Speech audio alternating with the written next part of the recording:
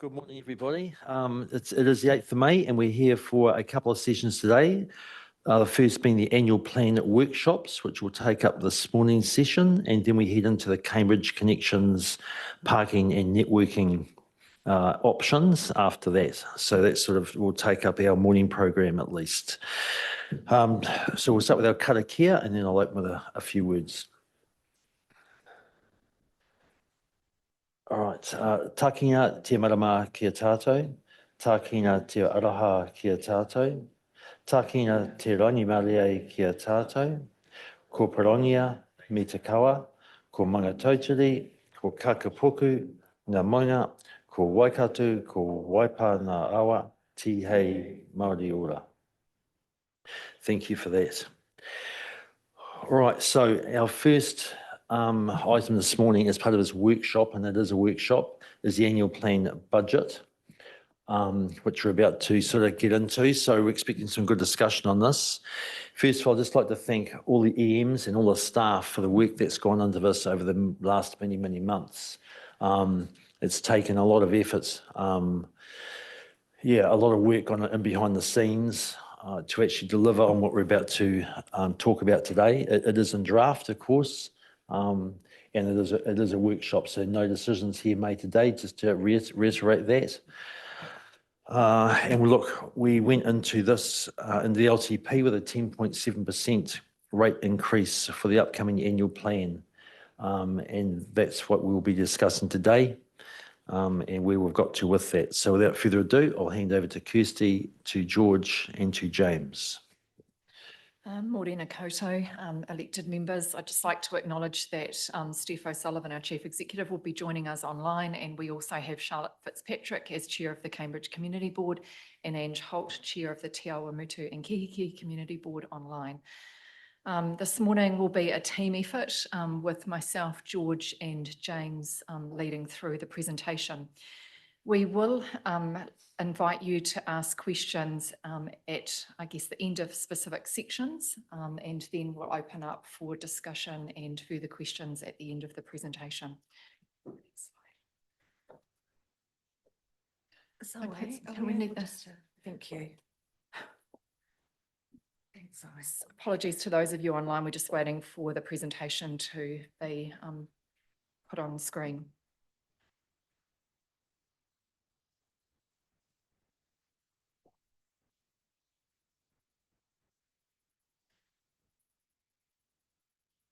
So the purpose of the workshop today is to provide you with information relating to the draft annual plan. This will cover off our budget position, the financial parameters, and also assumptions that underpin the work that has been undertaken.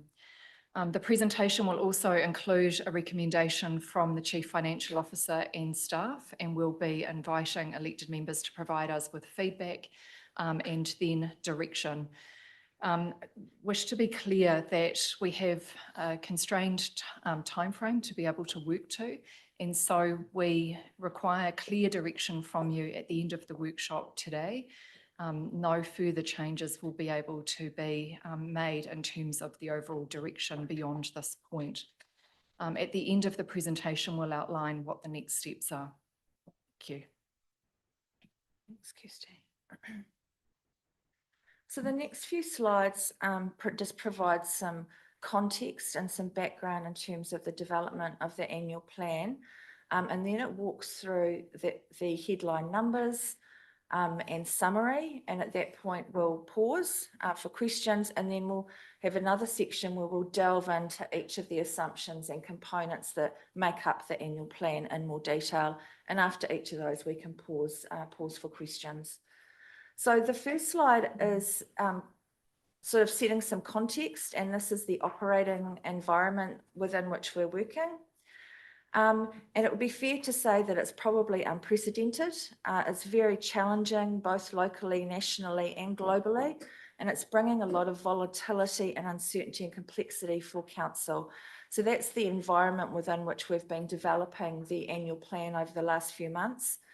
We've got central government reform, quite extensive reform, and obviously there was an announcement a couple of days ago of further reform around simplifying local government. We're going through waters transition, which will take effect on the 1st of July 2027. That's the biggest change that local government has seen since 1989. In parallel to this, we're also developing you are developing the 2027 to 37 long-term plan, and have landed on some refreshed priorities and goals to guide that plan. We're in a global fuel crisis, which is impacting on inflation rates, and that's a little bit of an unknown at the moment in terms of how long that's going to last. Mixed in with that, we've also had a severe weather event in February. That was a 1 in 250 event, and that has caused some significant damage, in particular related to our waters infrastructure in the sort of western part of the district. And also we are embarking on a transformation program across the organisation. So all of these factors are contributing to the development of the annual plan, influencing it in some way, and we'll walk through a lot of these in more detail. I'll just touch on the strategic goals and priorities that elected members have now set for the 2027 to 37 long-term plan, with yourselves approving those at the meeting on the 29th of April. And while they've been developed to guide the long-term plan, they're really important in terms of also guiding the annual plan and making sure that the decision-making is aligned to those strategic goals, those medium-term to longer-term goals, and the strategic priorities which you have advised us of, which look more short-term over the next 3 years. So it's important that as we walk through these sort of assumptions that we're making in terms of the development of the budget, that these are kept in mind. All right, Kirsty. Thank you. Last year, we developed the long-term plan, and with a real focus on what was affordable for our community. There were significant cost reductions that were made during the development of the 25-34 long-term plan, and these are already embedded in year 2 of the long-term plan, effectively our annual plan year. As part of that long-term plan, as me and Mike mentioned, we consulted on an average rates increase of 10.7% after growth for year 2 of the long-term plan. Those savings that I referred to, or cost reductions that were made in developing the long-term plan, included reductions to operating projects, capital project budgets, and also an efficiency target that has been achieved. It's really important that we don't lose sight of that, because those reductions are cumulative in terms of cost savings that need to be made now as we develop the annual plan. Just like to acknowledge that significant work has been undertaken by staff and across the organisation to ensure that we're able to retain the 10% increase for the annual plan, and that to be able to achieve that, further cost savings are also proposed. Yeah, thanks, Kirsty. I'm hoping by now this diagram looks familiar to elected members, and that's been shared in public, obviously. The key thing around our 26-27 annual plan is our transition of Waikato Waters, the waters business, to Waikato Waters Limited. As we know, over this financial year and the prior financial year, we've significantly increased the water rates for our water businesses, so that when they transferred across to Waikato Waters Limited, they'll be able to stand them up with the headroom requirements through the Local Government Funding Association.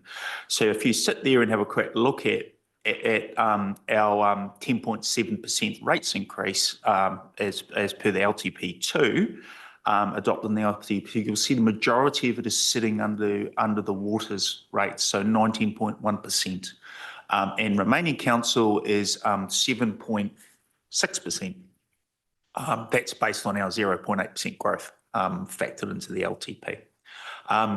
Now, with the waters entity moving across, that has left remaining council with a significant issue in terms of overheads across the organisation that are absorbed across the entire revenue business. So that's waters and remaining council. So those costs remain with council. That's approximately $5.6 million. Well, it is $5.6 million. And that actually puts us with a combined rates increase of 15.5%. If we were to do nothing about those stranded overheads remaining with council, and in addition to that, that would see us have a significant rates increase within remaining council. Now, there is some positives here. We do have a service standard agreement with Waikato Waters Limited, which has come before council for approval for particular items. So we will receive in the 27 annual plan some co-funding of revenue back from Waikato Waters Limited, which will help us ease that pressure. But I just wanted to remind councillors about where our starting point is and the fact that we need to find that $5.6 million to maintain 10.7% rates increase. Otherwise, it's 15.5. This is our rates bridge. So this demonstrates what's the change in our rating requirement between our 25-26 year, so that's this current year, versus the coming year. And I can appreciate those numbers look a little bit smaller, and I've got a table to break that down a little bit further for you, which hopefully make that a bit clearer, but it is in your memo. So if I look at those cost items that are increasing, the majority of it is uncontrollable by council. So you'll see approximately 7.1 million of that is 7.6 million of that is due to the increase in water rates. You'll see there's a significant amount of inflationary costs. James, it's on page 24. If councillors can't read it in there, it's in page 24 of 114. Thank you, Mayor Mike. And then, so really the only item in there really that's attributable to growing remaining council is the $1.7 million of operational cost increases. But the rest of those items are fairly much uncontrollable. And it's quite good that effectively 1 million there equals a 1% rates increase. So you can make that direct comparison between the cost increase and the rates increase. So that's what makes up our 10.7% rates increase between 25-26 and 26-27. This is an interesting diagram because what we did is we went back to 2005, 2006, and we assumed what happened if the 4% rates capping proposal that's due to come in 29-30 came in on that date. What would Waipa District Council look like now? So the answer is we would have foregone about $200 million of revenue.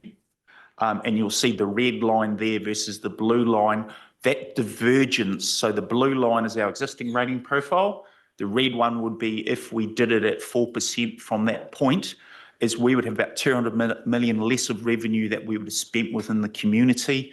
You could just imagine what that would look like, what Cambridge and Te Awamutu and the surrounding areas would look like.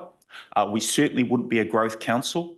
From a debt headroom perspective on that basis, if on that revenue foregone, we would have a debt headroom about $150 million. So there would be no growth in Waipa. It would be what it looked like in 2005, 2006 with some probably crumbling assets, to be honest. So the reason I bring that up is to demonstrate the importance of rating at our rates level now as we move through to 29-30, because any revenue foregone compounds over time.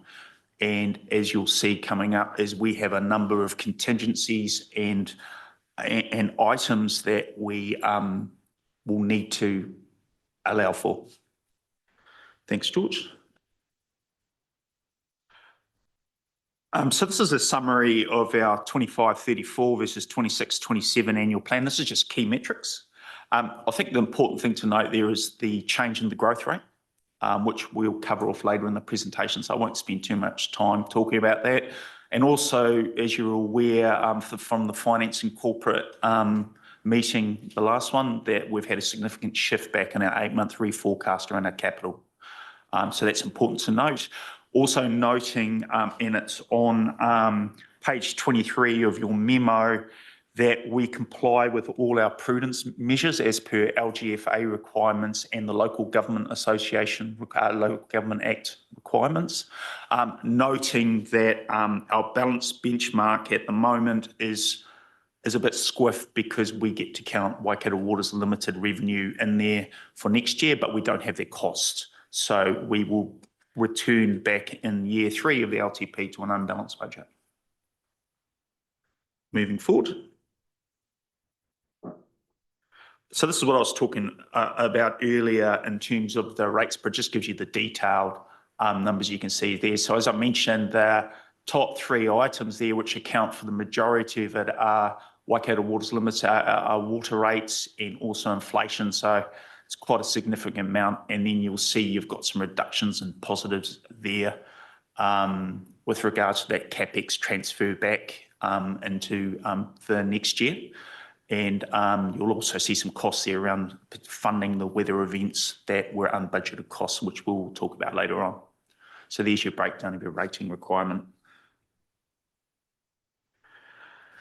Our indicator properties, so you'll see our indicator properties detail is on page 38 of your memo. You would have remembered it's sometime not very long ago, QV came and presented to council in a public forum the change in valuation based on our district-wide revaluation for 2025. Just want to make it very clear that this doesn't impact the total rates take.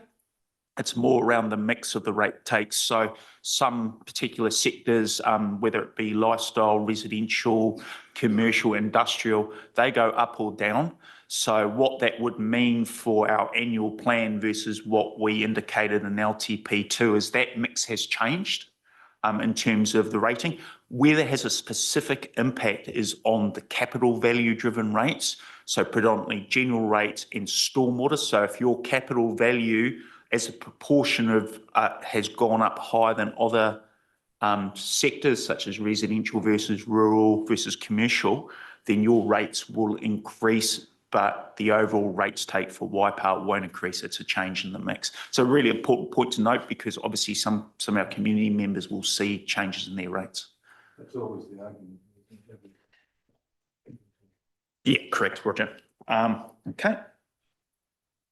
This is a slide that pulled together, and I just want to really caveat this because none of the councils will adopt their annual plans that are on this list until the end of June, as per the statutory requirements. So what I've done here is I've taken all the publicly available information from media and their websites and tried to cobble together a direct comparison with where Waipa is. So if I was to exclude the waters component of our 26-27 annual rates percentage and look at the remaining council piece, then actually we're very much in comparative with our neighbours. So it's the 8.1 versus 10.7. So we're in line with Western Bay.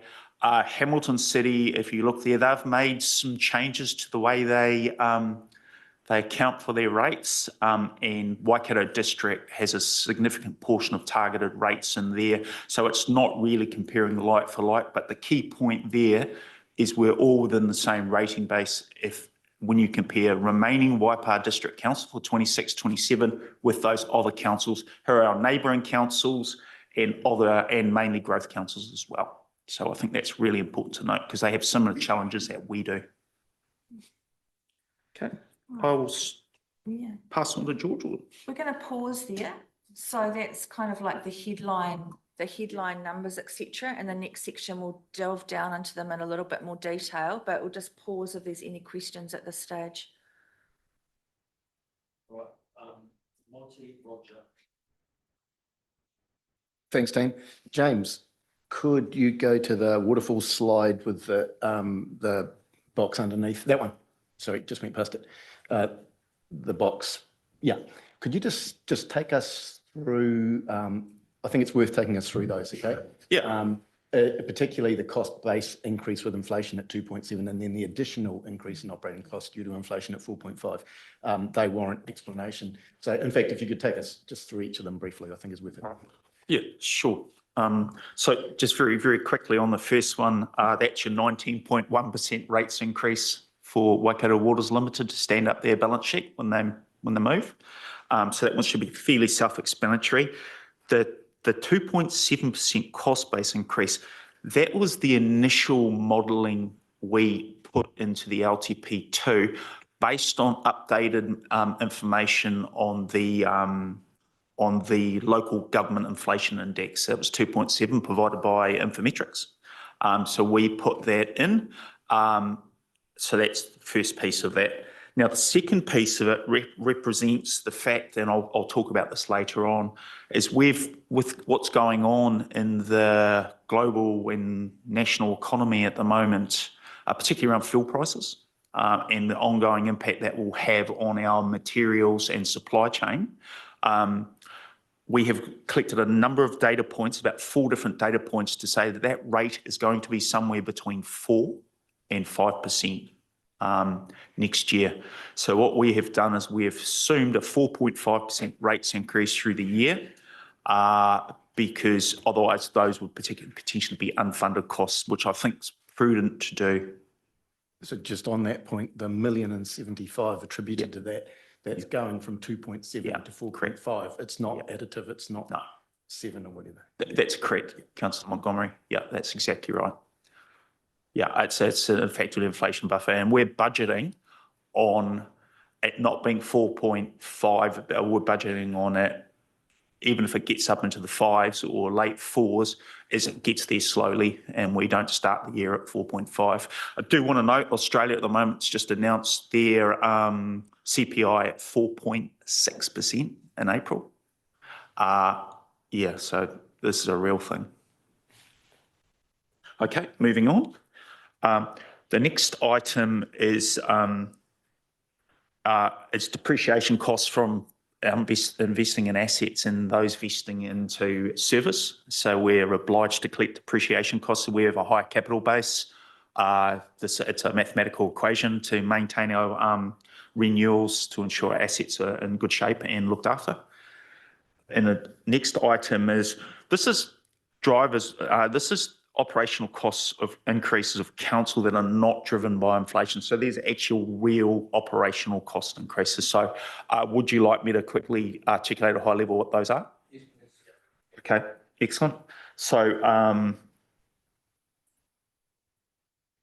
there's some items there around strategic planning items. So in 25, 26, we're obviously not doing an LTP. For 26, 27, we will be undertaking an LTP at significant cost. There's some other big ticket items in there. That's roughly 800,000 for strategic planning items that were not included in 25, 26. There's some consequential OPEX items associated with growth investment. So we've invested in capital projects. As a result, OPEX costs are incurred when that capital is released, because we need to maintain those assets or do some things we can't capitalise. That's approximately 250,000. There is some inflation. There's some increase in the management costs outside of inflation. So pools, Mighty River Domain, approximately $200,000. In addition to that, there's some associated property development costs budgeted for 26, 27 that we'd previously capitalised and then offset when we sold those properties. And the advice from our auditors is that those should be operational costs. So they were in the budget, but they've been moved to operational costs. So those are the items. So as you'll see there, a lot of that stuff is necessary and consequential to activities that have happened over the last 3 years. Okay. Yeah, year-on-year increase in interest payable. Hopefully, once again, that's all linked to our capital and borrowing profile. And reduction in operating costs associated with 8-month reforecast. This is a result of the pushback on the previous slide, which I'll just quickly, if you don't mind going back to the key KPI slide there. That's the one. So if you look at the push under capital works program, if you look at the push of that from 25 to 26, 27, what that's done is then depreciation comes into play later, and interest rates obviously don't accrue as quick as well. So that's a factor of the delay in capital. And finally, Funding of recovery events following the February 2026 weather events it's a real cost that is unbudgeted to council. That could be higher, it could be less as we work through that, but these were unfunded costs as a result of the recent emergency. So those are the main items. Did anyone want any further detail on this? Or? Thanks for that, James. Look, though it's a workshop, Marie is coming. She's just going to be late, okay? So she's got a little bit held up. Roger. Yeah, that was an interesting run through. Thanks on that, James. Really appreciate that. That's good. Could I just, and this is a very basic, simple question to me, page 23, where you've got year 2 of the LTP compared with what we are now, the 26-27 annual plan. And it's just a question of the sum of the first 3 lines, let's say A, B, and C. So if I'm to look at it pretty basically, C plus B equals A, if you look at converting those into dollar figures. Now, we've moved line C from 7.5 to 8.1. Sorry, Councillor, is this on the memo, is it? Yes. What page and diligent is it? Yeah, if you just let, What page and diligent is yeah, it? if you let me know, then I'm going to switch between the PowerPoint. Thanks. 26, thank you. And now when looking at that, I've gone way past it. Hang on a bit. But basically, you can see what I'm getting at. If you look at a sum, C plus B equals A. Yeah. That's very basic, but that's correct. And yet we've moved C up by approximately, if we take it, 1% equals 1 million. Yes. That's gone up by, Yes. say, 600. Why has that not had an impact on A? What, just remind me what your definition of A is. The top line, the 10.7. And I'm really supportive of the fact that we're maintaining 10.7 Yeah. and the waters is still the same at 19.1, but line C has gone up by 600,000. Oh, yes. And yet, you know, C plus B should equal A. It's actually gone up by 350,000. The issue here is we are transferring the exact revenue over to Waikato Waters Limited. So the 350,000 benefit would accrue to remaining council, and the total revenue that you would divide that by would be 120 million, but we're dividing it by 82 for remaining council. So it's a fractional issue that actually we've got a smaller revenue base within remaining council. Okay, you might have to explain that to me. So if I give you an example, is it's 0.3 of an increase. So it's 0.3 of growth across all of council revenue, right? Yeah, But so you've told me what the why Yeah. of C increasing. Yeah. But my question is, why does that increase not have an effect on the overall increase? 10.7. Well, the answer is Am I It's- being too simplistic? yeah. Yolanda, do you want to answer that quickly? Because I'm just not quite following. Yeah. Yeah. Roger, I think that the difference is in your growth number, the 0.8 to the 1.1. So, Yes. yeah, so that's why the 10.7 didn't move.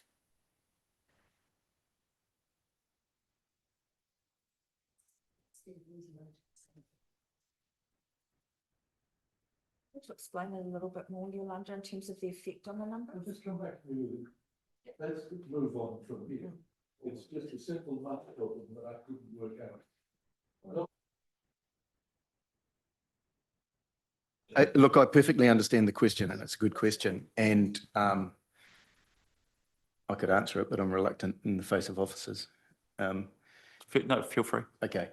The 10.7 in the long-term plan was the advertised rates increase after growth. Okay. Now, in the event where we're at, growth has come out slightly better, okay, than the 0.8% forecast. We've come out at 1.1%. We're 0.3% ahead. Now, you have a decision to make at that point. It's $350,000. Do you bank it, retain that sort of bit of extra, we'll call it surplus or extra, in the organisation, or do you use it to reduce somewhat the 10.7%? Yeah, reduce to 10.4. Yeah, yeah. That's the decision, and that would satisfy your question. And we're still keeping that surplus?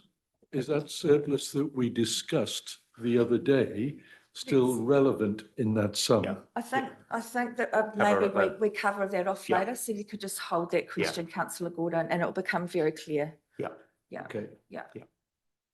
Yeah, we've got a slide on that later, councillor. To that particular point, is there's $350,000 there. Now that I understand your question, thank you. I think I'm a bit dim on that actually. So there's $350,000 there, which you could reduce to 10.4 or keep 10.7. We had the same question when we talked about the 500 cash surplus that we were generating in the last. Yeah, well, I'll cover that off later on. So it's all there on a slide. Yeah. I wonder if now is actually a good time to move on, because we delve into these in quite a lot of detail, and I think that will answer some of the questions that you have. Is that okay if we Yep. do that? Thanks, Mayor George. Mike? Yes. Thank you. Okay. Sorry, Claire had the question as well. Yeah, so I did have three questions. One's definitely been answered. The second question is related to Rogers, and that I think we need to have a better way of presenting these complex numbers so that the public can understand them, because it's not always in a simple addition, there are fractions and things like that, just so you can see where the trade-offs are, or So the last question was on the last slide, and it was the comparison table with other councils. So under Waipa, at the bottom, it says no deferral. So what exactly does that mean? Oh, that's for depreciation. Oh, right. Yeah. Okay. Yeah. Cool. So, I'm just, okay, I just thought it would normally be there anyway. Depreciation covered. Okay. Yeah. Yeah, so what I'm saying there is we're not deferring depreciation. Oh. Yeah. Well, it'd be quite good to say compared to, for instance, Hamilton. Yeah. All right, yeah, go Dean, yes.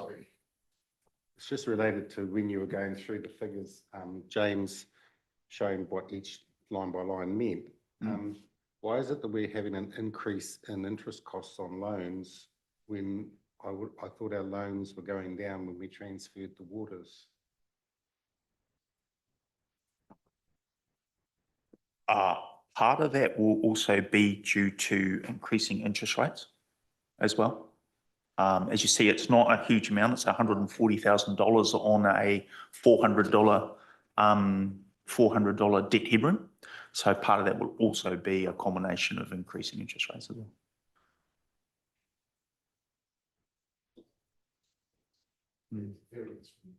Yeah. It's quite a small amount. Yeah. It's due to slightly different. Right, you'll need to use your microphone. Sorry. Yeah. It's just, I don't want to answer for stuff. Right, I'll tell you what, we're going to move on. So George, let's keep us moving. Thank you. All right, so the next section dives down into pretty much the elements of the table that James has talked through, and hopefully this should answer some of these really good questions that you're tabling to us. So we will dive down into those 5 elements that you see there. So I won't discuss them in any further detail other than to flag that's what we're doing. After each one, we'll pause for questions. So after each assumption or each budget component, okay? So the first one is around the delivery of the Capital Works program. And as James has said previously, there has been a deferral of about 65 million into the 26-27 year. Now, that raises a question around feasibility of delivery of that scale of the capital program. And So what we are doing as staff are looking at that at the moment and putting some more robust modelling around the budgeting process around our capital works program, in particular around phases of a project life cycle, design, construction, etc., and roughly the timing of it. So rather than a flat line across time, it depends on the different phases of the project. So staff within the capital delivery team are looking at that at the moment. And as part of this, we do just want to flag to you that there are about $15 million worth of growth projects that we will be unlikely to be able to deliver. However, due to time constraints, we haven't been able to reflect that in the revised capital program for the annual plan. It will be reassessed at the 4-month forecast in October 2026, and so you'll get a better view of it there. In terms of the annual plan itself, that number, the 122.4, doesn't affect the budget because the interest and the depreciation that is incurred goes actually into the LTP. So, and noting that you're going to be in the process of resetting the LTP and the capital program itself. So any questions around that? Yeah, thanks. So I just worked out that 15 million out of 55 is 27% of the program. But I guess that was affected perhaps by you might be able to give us some ideas. I was thinking of developer, I suppose, demand and also the weather event that maybe diverted staff resource.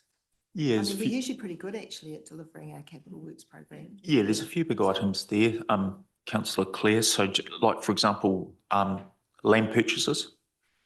Yes, I think that's been presented before by EO at Service Delivery. So some of the land purchases. And there's some real big meaty items in there. There's a couple of big items in the 20s, 30 millions. So the timing of those things impact your total percentage of CapEx, your CapEx delivery program. Make sense? On the capital works program, which is obviously substantially reduced, are there commitments that we have made to capital projects through either land purchases, contractors, etc., that we will not be able to complete our contractual obligations to in order to achieve those numbers? Might be one for you. You want to answer that question, Leo? Yeah, it's definitely one for our infrastructure GM. Good question. The team have done a rigorous review of the capital program, and yes, you're correct, there are contractually committed projects. With this, it is that these are the values you see will have no impact on those contractually committed projects. However, as always, there is the risk that the unknown occurs, and so it's then how those will be reported back to council should those occur for a decision. On that basis, what are how have you achieved those substantial reductions in the works program?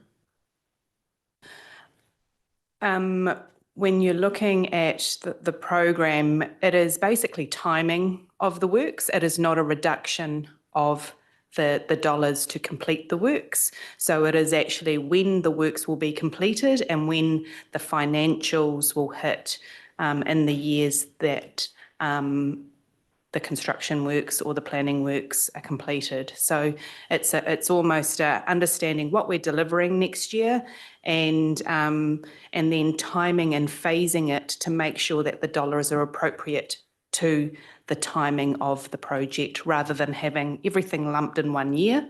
When we know we can't deliver it all in one year, we've looked at how we realistically time and deliver the projects with our developers and our own teams. Can I ask a question that follows on from Roger? Yeah, EL, thank you for that. You know, in the past couple of years, we've experienced where there's been subsequent claims for certain delays that have been imposed on projects. if those delays that you're talking about are influenced by us, is there not a risk that we will get, therefore, subsequent applications for variations because of delay? There is, yes, you are correct in terms of it all comes down to the discipline of how we manage projects to ensure extension of time. But sometimes those extension of times are unknown to us and they are the risks that appear. And so there's a balance. And I know that Jean de Villiers' team is working really hard to now review, and what you're seeing here is the outcome of that review and the discipline of ensuring the delivery to the timeframes that the projects are required to be completed under the contracts for those projects. But you're saying there is a slight risk? Absolutely, there is a risk, and that's why it's part of your in your high risk. It is detailed in there, and it's monitored and reported to the Risk and Assurance Committee. I guess it alludes to the fact as we go through this, that $350,000 is an example of you can reduce or maybe there's some other options around that, because as we go through this, we've all got the memo. There are risks that are out of our control, and inflation would be one of them, but there are others too. So, yeah, I think we'll probably find to cut to the wire is risk in itself. Monty? With respect to the capital works program, I think there's a bit of a misconception around the table that there's been some big reduction in the annual plan CapEx project. The first column there is LTP year 2.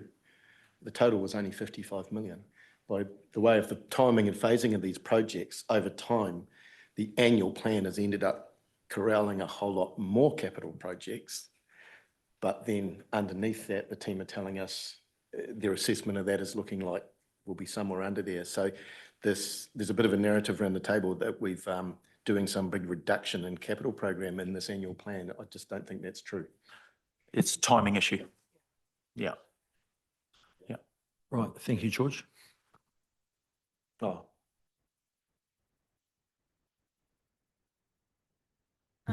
All right, so the next budget component that we've now been able to confirm is the Waikato Waters on-charging revenue. So this is the revenue in terms of the services that we will deliver on behalf of Waikato Waters.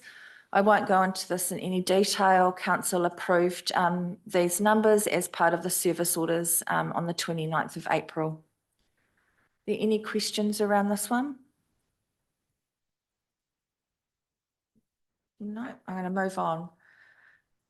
So we're moving on to growth. Yeah, okay, so this is where I can explain what Councillor Montgomery explained, which is excellent. Thank you, Councillor Montgomery. Look, so what's happened here is we've factored in a 0.8% growth rate. It's actually coming at 1.1, and that's for 9 months to date, so it could be higher as well. We don't know that yet.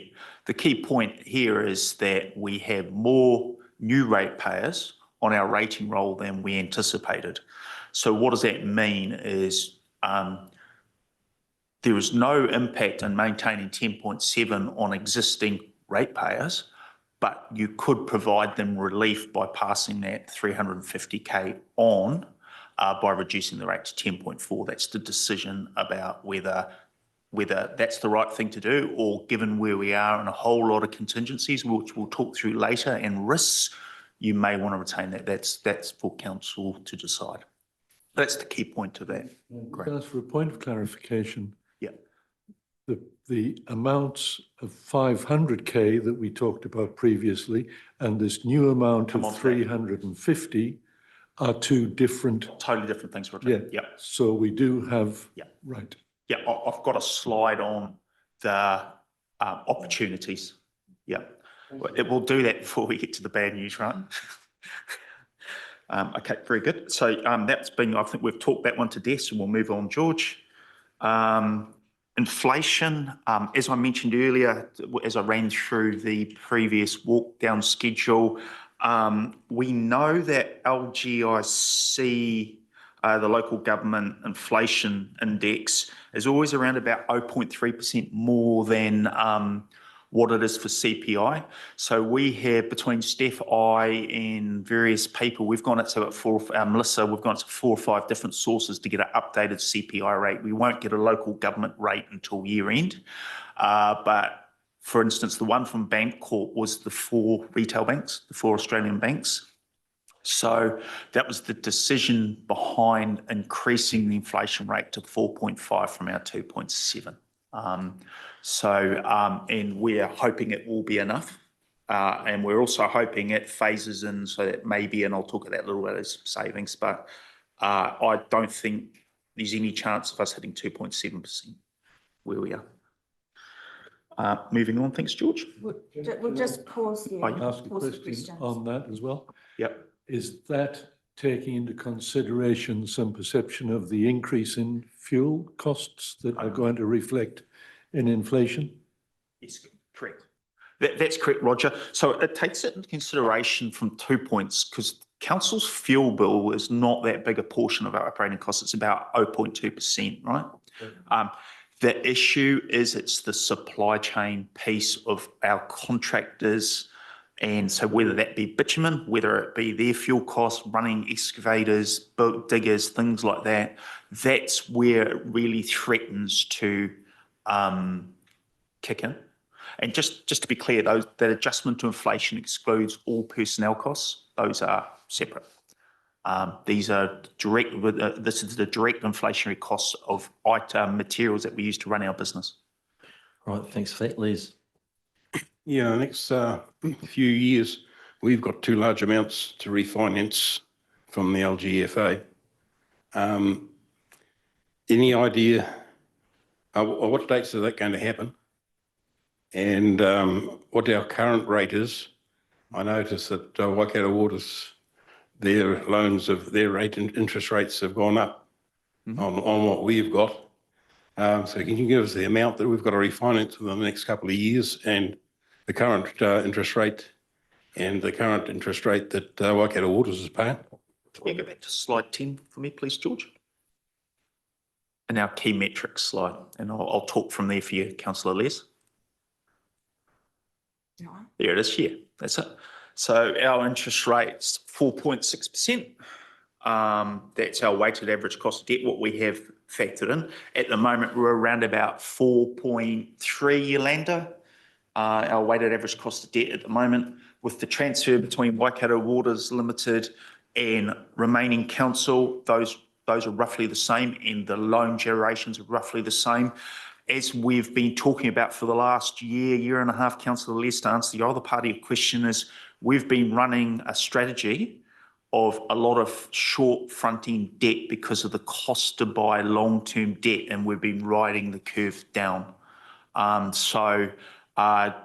this stage, we have room for our interest rates. We do have various tranches coming due, but as our Treasury Advisor, Earl, came along, Representative Finance and Corporate, the cost of borrowing long-term at the moment is significantly higher than short-term. Yes, there's risk there. He's outlined that. Just in terms of your Waikato Waters Limited point, they're a very different organisation. They are an infrastructure company, so their benefit is to lock in their rates for a very long term, whereas our treasury policy within council is usually a 5-year period in terms of our high and low limits. And in the finance and corporate next meeting, which is May the 20th, I'll be bringing forward an updated plan on what our interest rate lock-ins look like. So I'll be able to answer those questions for you there. But you're right to raise the issue. It is a concern, somewhat uncontrollable for us at the moment. But the key thing there is another potential risk as we go through this workshop to consider and think about. Right, George.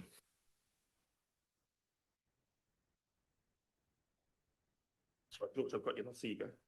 Cool. So the next sort of piece of information in regard to the budget that's been refined over the last few months is around the recovery costs associated with the emergency declaration in February, the 1 in 250 that we talked about at the beginning of the presentation. Staff have been working on what the impact is in regards to the operating and capital costs. Now, this is detailed in the memo at a project level at the end for you to see. There is a level of uncertainty here. We still don't completely understand what external funding may be available to us, and that is being worked through as part of the recovery program. So the likes of NEMA, sort of other central government funds. We do know that we will be getting some NZTA funding, which you see in the appendix. I guess the key thing here is that during the event, staff worked at pace. They had, we're under an emergency situation. And so they completed works just to protect the health and safety of the public. And so what that has resulted in is we do currently have about 900,000 of OPEX that is unfunded. And so as we work through the summary in this presentation around the opportunities within the budget, there are also risks and there are also things that we do need to now fund, and this is one of them. Are there any questions around this? Monty and then Roger. Yep. Just on this $899,000, let's call it $900,000. I think it's just worth pausing on that for a second because that's unfunded and unbudgeted in 25-26, which is rapidly drawing to a close. And a lot of that's actually been expended, right? That's actually being paid for. Yep. So the implication, it's a sort of 2-year implication, if you could just explain that. Yeah, so obviously when you use existing budget to undertake an emergency event for health and safety and public safety events, some of the work gets stopped that was budgeted. So the relevant teams are working through what portion of that will be undertaken in 26, 27. So that number could be a little less, it could be a little more, but the emergency work was prioritised using those existing budgets. So those teams potentially, whether it be resealing or something like that, they're going to have to do it at some point. Hmm. Roger. Yeah, thanks. Yeah. Oh, just turned it off again. In terms of the unknown compensatory revenue or insurance that's coming through, have we in fact incorporated in our projection the current worst state scenario? Or have we actually made a guess judgment of a certain percentage of that coming in? Can we ask Yolanda to come and talk to that, please? Yep. Good question. Thank you, Councillor Gordon. Yolanda and Sally and the team have done some sterling work on that piece, big piece of work. Councillor Gordon, the figures that you see only reflect confirmed co-funding from NZTA, for instance, or National Government for the Mayoral Relief Fund. To answer your question, the remainder is, although there are funding applications out there, we haven't received confirmation, so that is worst case. Good. Thank you for that. So there is a possibility, however big that is, of additional funding coming through, which will advantage our annual plan sum for next year. Yeah, and you'll see that the majority of it is going to transfer to Waikato Waters Limited, and we're not looking to pass the buck, obviously, but they will be working through the same process as remaining council. Yeah. Thanks, Shane. We had a discussion the other day about how to communicate this 10.7, which is, I will re-say again, potentially could be the highest rate increase in New Zealand. So we talked about this particular area, the weather event and the effect. Now, I know that your rate bridge just looks at the 26-27 spend, but if you think about it, we have less money going into 26 and 27 because we've absorbed it this year. So our starting position is worse than what it should be. So theoretically, you could argue that, you know, somehow we've got to show that in our communications. It's a really good point because you're right, we've absorbed it. And I'll get onto that in some coming slides. But if you look at that rate spread, you'll see that on the very far right piece, there's the piece there about the recovery operational costs. So yeah, absolutely. Yeah, it's getting quite big, the list of issues. But yeah, it's a very, very good point, and you're right. We've tried to absorb it because you could sit there as councillors and sit there and say, we can't take this risk, right? So we need to go out and raise the rates to reflect those unfunded costs. So you could be sitting there going, well, actually the right number is 11.6, 11.7. I mean, that's the alternative, but you're dead right in terms of the communication that there's a lot of stuff, and I've tried to highlight very early that is so uncontrollable by council, and we're trying to fund it within that 10.7 envelope, and we need a lot of ducks in a row to come due next year to make that happen, I think is what I'm saying. George, can I ask an indication? We've got about 35 minutes, and I just want to know how we're tracking in terms of time, what you think. Well, so we're fine, Roger. Now, that point that was just raised and your answer there actually does bring another question. If we've already absorbed some of those costs, and if some of the unknown recoveries, whether they be from insurance, will relate to previous spent funds, so rather than the advantage of that being transmitted to Three Waters, that would actually come back to us to compensate for some of those previously absorbed costs that are included in the claims. If they're capital items, we would have borrowed from them, Roger. So they will follow their activities. There was a huge amount of operational cost, 2 million, is it? That we've actually absorbed. So the applications for funding for those would come back to us, which would come back as an advantage. No, we are transferring our entire water business to Waikato Waters Limited, and any co-fund would go back to Waikato Waters Limited because we've rated our communities for those items historically, and they relate to the waters business. So they would go back to the waters business. Anything to do with remaining council would come to remaining council. Because the other thing, Roger, is Waikato Waters Limited is going to have to fix these issues. So, if it's not done by 30th of June 2026, Waikato Waters Limited will be doing the ongoing fix and repair and maintenance. So they will be incurring the cost directly. You're quite right, we may get some refunds, but that will go to Waikato Waters Limited. They are water assets, operational costs, revenues, and that's how we've rated for them. Even though we have historically spent some of that money that we get refunded. Yeah, but we've rated for those particular community areas, and you have to respend the revenue on where you've rated it from, right? And if you think back over form and function, right? All we're saying here is our community will see one bill. So if it gets refunded to the waters business, that's fine. If it comes to remaining, that's fine. The community is still going to benefit in terms of whatever Waikato Waters Limited need to charge or borrow over time to fix these issues. Does that make sense? I can see where I can see where you're getting from. Yeah, I hear you. From our point, Yeah.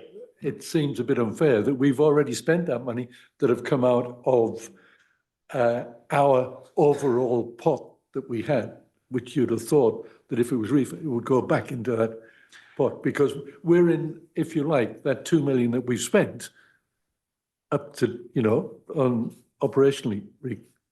Yeah. That's committed, that's passed. Yeah, but it's come from waters revenue. It's come from the waters rating side of the business. So that's the point I'm trying to make. Yeah. But I totally hear you, Councillor Gordon. I'm not disagreement at all. Right, George. So the next slide is talking about the significant operational cost savings that council is going to make. And James talked right at the beginning about our starting position post Wooders transition and the need to make some operational savings across the organisation to get us to that 10.7%. So council is progressing a program of work to make sure that its operating model does remain affordable and sustainable while we continue to deliver services. So the work brings together a bunch of components, so around service delivery improvements, transformation, workforce capability, and it's balancing the need to invest in that capability, but also making sure that we are prudently managing our budgets and making savings wherever we can. So as part of that process, we are forecasting $3.6 million worth of operating savings across the organisation. And that really is, a response to the environment and some of those factors that we talked about earlier in the presentation. And we will be looking to embed these improvements, etc., over time, over the year.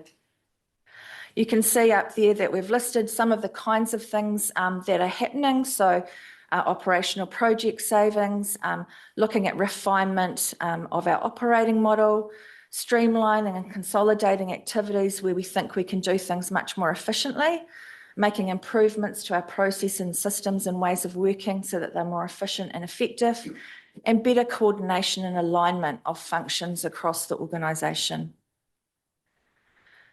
So significant savings being made in response to the current situation. So we'll take questions on that.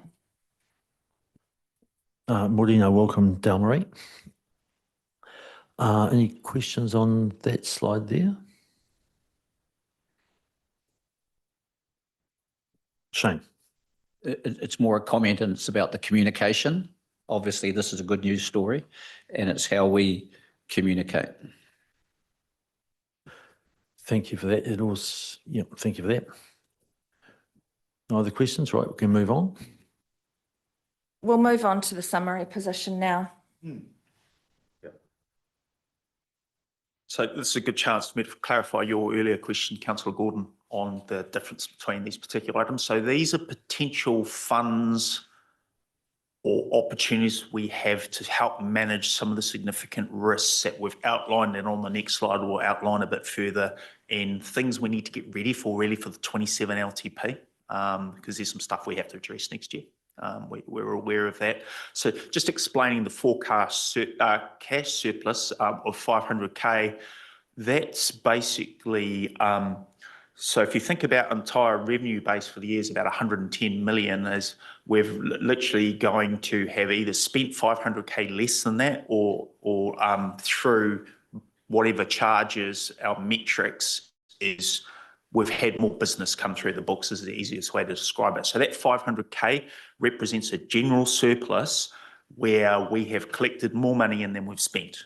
We're on track to do that. That is a forecast, to be very, very clear. It's not a huge amount of money. And I'll give you an example. That was $600,000, but we used $100,000 of that for the mayoral relief fund. Great thing to do, right? Because we needed to secure the government money. And it was great to have that pot of money there to be able to do that, because we didn't have anywhere else, to be brutally honest. So the carry forwards, you'll remember the organisational strengthening budget of 90K. There's 90K left on that to carry forward. I've mentioned the higher growth rate of 1.1%. So Roger, to answer your question, the difference between the cash surplus and the higher growth rate is the growth rate is we've got more new ratepayers. The forecast cash surplus could be a combination of that and that we've slightly overbilled or underbilled or underspent. So hopefully that makes sense. And then in addition for that, as I mentioned, we've assumed from the 1st of July 2026 that our inflation rate will be at 4.5%. If it goes there over the course of the year where it hits mid-year, we'd roughly have about 750K of savings and opportunities that we could use to offsetting some of the unfunded, as you've seen, recovery funds and things like that. So no one knows whether that's going to come off. We don't know what the cash surplus is going to look like at the end of the year, but there's some potential funds and opportunities there. I'll go to the next slide, and then we can maybe take some questions. So just looking at some of the risks, I've outlined the kind of potential pots and opportunities we have for 26, 27 in terms of contingency items. So these are the things we need to consider as we've got, as I said, and that number is actually, it's more like 800, but there's just a slight difference between that and the previous slide. So 800K of unfunded OPEX costs for the recovery effort. And then we've got some contingency potential issues for the November 2025 issue as well that we're still working our way through, that we've delivered and we're working through as well. And that's around about $1 million from memory EL for the November. So there's about another $1 million there for the November event as well. As I mentioned, the inflation uncertainty, retaining the 750K outlined on the previous slides is to try and have a buffer there in case it does increase significantly.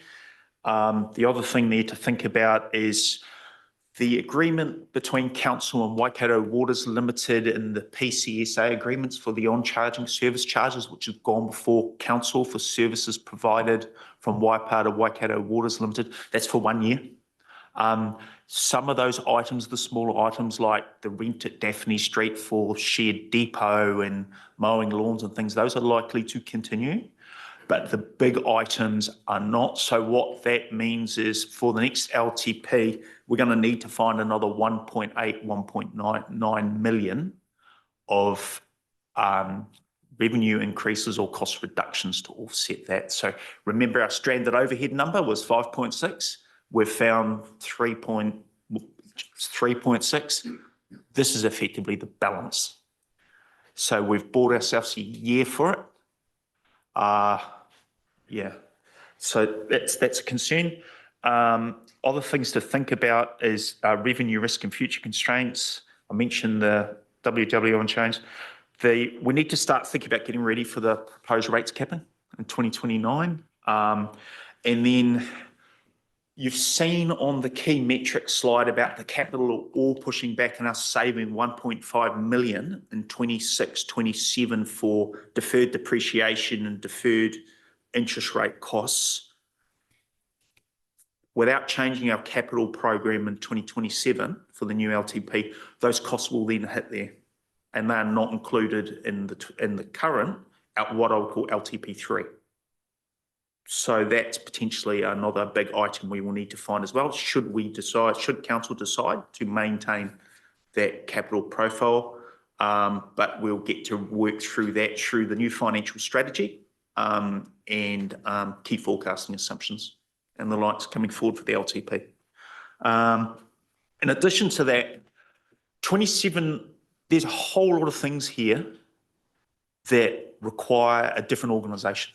We need to be more efficient. We need to be more technology driven, AI driven. We've talked about this with councillors, something our Chief Executive Officer is very, very passionate about. And it's all about creating capability and capacity within the organisation. There will be a cost to that.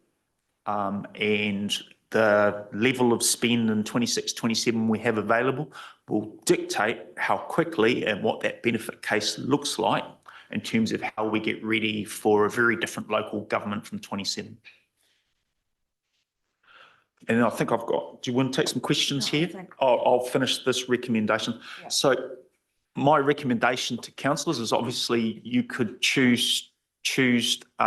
provide advice for our adoption at the end of June to reduce the rates, total rates to 10.4, or we could maintain it at 10.7%. Noting the average rates increase for remaining council, which we've talked about.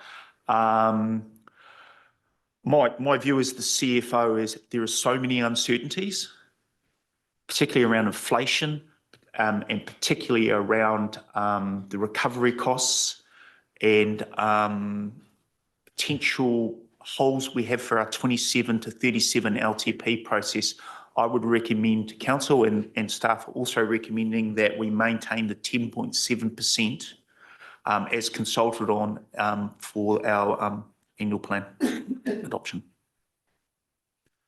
Yeah, we'll take some questions. I'll just make a comment. Totally, these last two slides are sort of the summary slides, so to speak. The good news and the bad news slides, I guess. And I sort of totally agree. I mean, it's actually about being sensible. It's and making a good governance decision to protect the organisation. And I just see personally, just as one councillor, is real risk if we start reducing our rates, particularly based on that 350,000, but all the rest of it too. There are so many balls up in the air that we have not got a lot of control about. As Roger's pointed out, there may be some money come back in, but hope is not a strategy. You deal with what you know, and you deal with what, I guess, the unknown in the most prudent way. And I guess inflation is a big thing personally that we really do not know. I mean, that 4.5%, I like the way you've angled it, but the potential saving is a 4.5% averages halfway through the year, like come Christmas type thing. Now that may or may not happen. 4.5% could be the next forecast come July the 1st, in which case the 750 is gone. And by Christmas, it could be 5 and it's less than gone. You know, we're looking for, so leaving money in the reserve for the ratepayers and for council, I think is prudent and makes sense. I'll hand over to Roger and then Pip. Yeah, thanks, Michael. Could we go back a couple of slides, please? Now then, and going back to your comment and just confirmation that in fact all of those bullet points are separate points. Yes. And I'd like to ask a question of EL.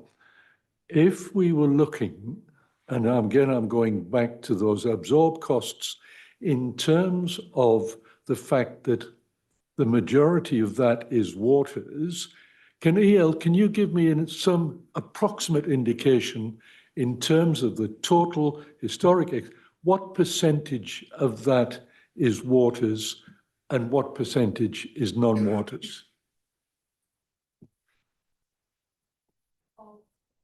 Is this for the recovery costs, Yeah. Councillor Gordon? Recovery. It's got, Yolanda can answer that question. She's got the breakdown there. Yolanda's our guru in the No, it's all right. It's only an approximate figure that I'm. So it's about 530,000 out of the 2 million is waters related cost. The majority of the cost was in the roading space, of which NZTA had funded 51%. And there's a chance that the balance of that, some of that could be funded by government, but we don't know that.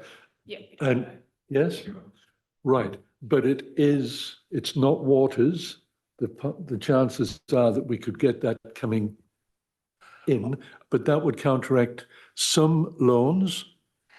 I think you've just heard from Yolanda that the majority of it is roading and we've already counted the 51% cross subsidy.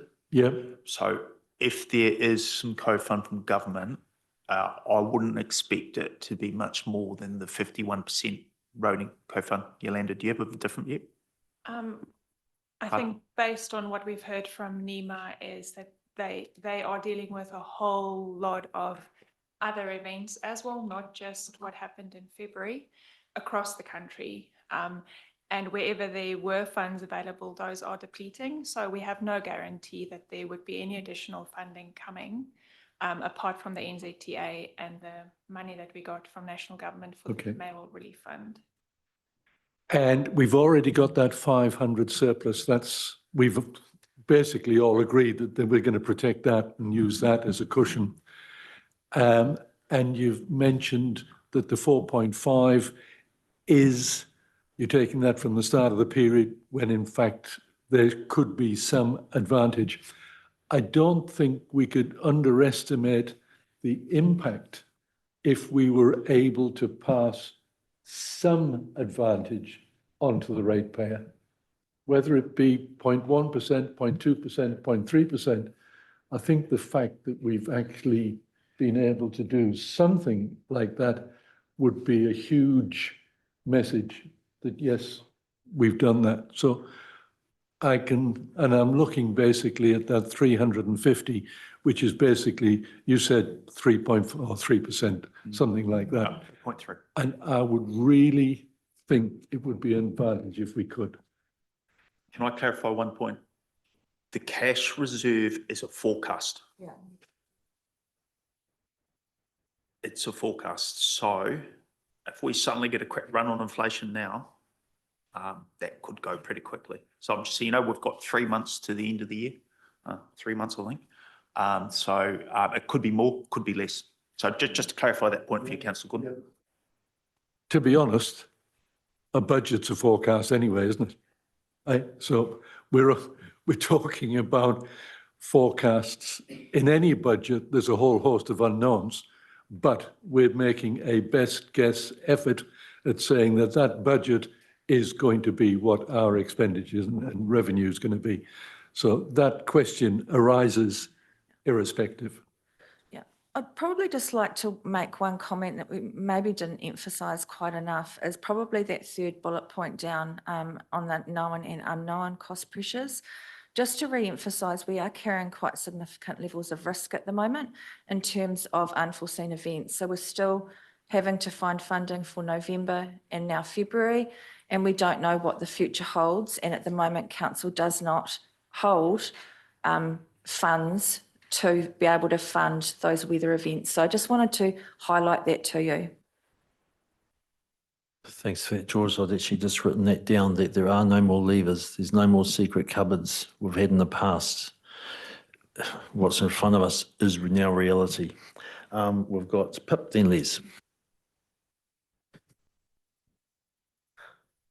When we look around the region, we've got still lots of hills. We've got lots of sort of environments which sort of, we had the February event, which was sort of theoretically a 1 in 250 year event, but we could find another part of the region that will hit another 1 in 250, year event. We had another $2 million worth of major event, which we can't get cross subsidies from. What do we do then? So there's two things. One is, of course, the immediate, same as these last two, is public safety and health and safety, right? So you have to get on and do it. And so EL and her team and the relevant operational teams would do it. There would be then a conversation about prioritisation of existing work to make budget for that. But the reality is, if it's a big event or we can't do that, we're talking about potentially borrowing to fund it, because we don't have any other levers. Yeah, would it be borrowing or, again, putting projects off? Well, or we would need to implement a rate. Well, if we borrow, we would need to implement a rate to catch that back up. I mean, we would have to pay that borrowing off. So there's a conversation at a later date for councillors in the development of the 2027 LTP about who pays for things. Is it targeted rates? Is it district-wide rates? Because you can't borrow to eternity without funding it. So it would need to be rated for. Thanks for that, Les. Yeah, just to follow on from Pip. At the moment, our borrowing is getting close to our LGFA ceiling. Now, with the amount of assets that we've moved over to Waikato Waters, what is that ceiling going to look like in the future? Is there any idea or any projections? Yeah, so councillors may remember in the first financial strategy session that we had in public, our issue at council changes from one of being a debt constrained, headroom constrained council to one of now being a revenue constrained council. So actually our debt position here at Waipa improves drastically. I do want to remind councillors, as per the recent announcement by Fitch on our credit rating, is Fitch and the other ratings agency, S&P, are considering the total debt guaranteed by council. So even though Waikato Waters Limited will be off sheet from a balance sheet perspective, they will consider the total guaranteed debt of councillors. That's an indication. So to your point, Councillor Les, is from a direct remaining council perspective, we have a lot of headroom, but we also need to take that into consideration on our total debt exposure. Clear. Yeah, thanks. Just general comments, really. I do support the approach that's being put forward today. Obviously, I would like to see a lower rates rise, but I think the rationale that you've given makes a lot of sense. I'm really pleased with the work that's been done behind the scenes to get us to this point. You know, the starting position you've painted, a pretty challenging picture. It wasn't 10.7 that you were starting with, it was 15.5 and things like that. And I do appreciate that there might have been sort of rocks you could have looked under, but given the other challenges that were happening, since I suppose in the last 6 months, that staff had to make choices where they would focus attention and things like that. So I'm comfortable where it's at. I do want some really good comms around this to clarify that the 10.7 headline figure that we're talking about at the moment, and obviously that might change because we haven't finalised that, but that includes water billing and general rates, okay? And then you can split off what the water billing increase has been and then what the general rates is and then why that is the figure it is. And what we're talking about, there is a little bit of leeway in there with some funding, but we feel that it's important not to reduce the rate further down because we can see these risks that are very real. And in fact, they could actually blow out to be even more than what you've painted the picture of today. And being prudent that we need to sort of retain that as some kind of buffer for the challenges we have, and that we're moving into an LTP sort of, preparation period after this milestone that we're going to work towards for the 1st of July. And so then there's other work that's been signalled that we want to do there to ensure that we are sizing and transforming our council organisation to be fit for purpose and, as we said, lean and focused on delivering value for money. Thank you. Well said, Claire. Monty. Seeing we're on general comments, I'll just give mine. Look, I think it's a bit of a pity in a way that the public can't see the amount of pressure we have applied to the organisation to stick at 10.7%. Because what's happened here is as the Waters business is being divested, they've taken all our Waters revenue, they haven't taken all our Waters costs. So we got landed with the stranded overheads. And that made 10.7 a much bigger stretch target than it was ever going to be. It turned it into a stretch target, and behind the scenes, there has been plenty of pressure applied to the organisation to achieve 10.7. And we've been pretty steadfast in saying that 10.7 was an absolute ceiling for us. Don't even bother coming back with anything more. I can tell you that behind the scenes, that is a stretch target that has put the organisation under plenty of pressure. Now, we could, given our growth has gone slightly better than forecast, we could give ratepayers this tiny bit of relief. We could give them this $350,000 relief. We could, but I wouldn't. There's trouble ahead still. We've still got big problems ahead. We've got unfunded depreciation. We've got the remaining on-charging to Waikato Waters issue, which is going to have to be resolved. And we've got bucket loads of uncertainty. So for me, we could, but I wouldn't. And I support our CFO's recommendation and where we've landed. Thanks. Thanks, Monty. Joe. Yeah, I agree. I guess I'm happy with this approach, and maintaining that resilience, I guess, for unexpected outcomes is pretty sensible. I mean, when you think of all the things that have changed since we all started with fuel increases and government reforms and weather events. And but I guess I just want to acknowledge a point that Roger made the other day, is that costs are rising for everyone in our community, and this will be really uncomfortable for a lot of people. And I don't envy Lisa's job in communicating this to the community. She always does an excellent job though, so I have full faith that it will be a great document. But yeah, overall, I think this is a really sensible and reasonable approach. Thanks, Joe. Dean. Yeah, thanks for the report. I think I was sitting here thinking when we first talked about this and we were voting on numbers and I kept saying 9.9, just get into single figures, you know, and if we could add all those together and make 10.7 into 9.9 and still have some room to move, I'd be still pushing for it. But, you know, I agree, we can't. And I think it was the news last night or wherever I read it, weather events, they were putting out warnings. They said they were averaging 2 a month and now it's every 8 days. We've got no idea what's going to happen. That's 40 a year by my maths, if I'm any good at it. One thing though, when we come to getting the number out there, I'm still not quite sure why we have to, I'm going to say, take the blame for Waikato Waters. Why aren't we just putting out our number as the headline number, which is 8.1, and then telling people that that our waters business is gone and that number is this, and let them work it out for themselves.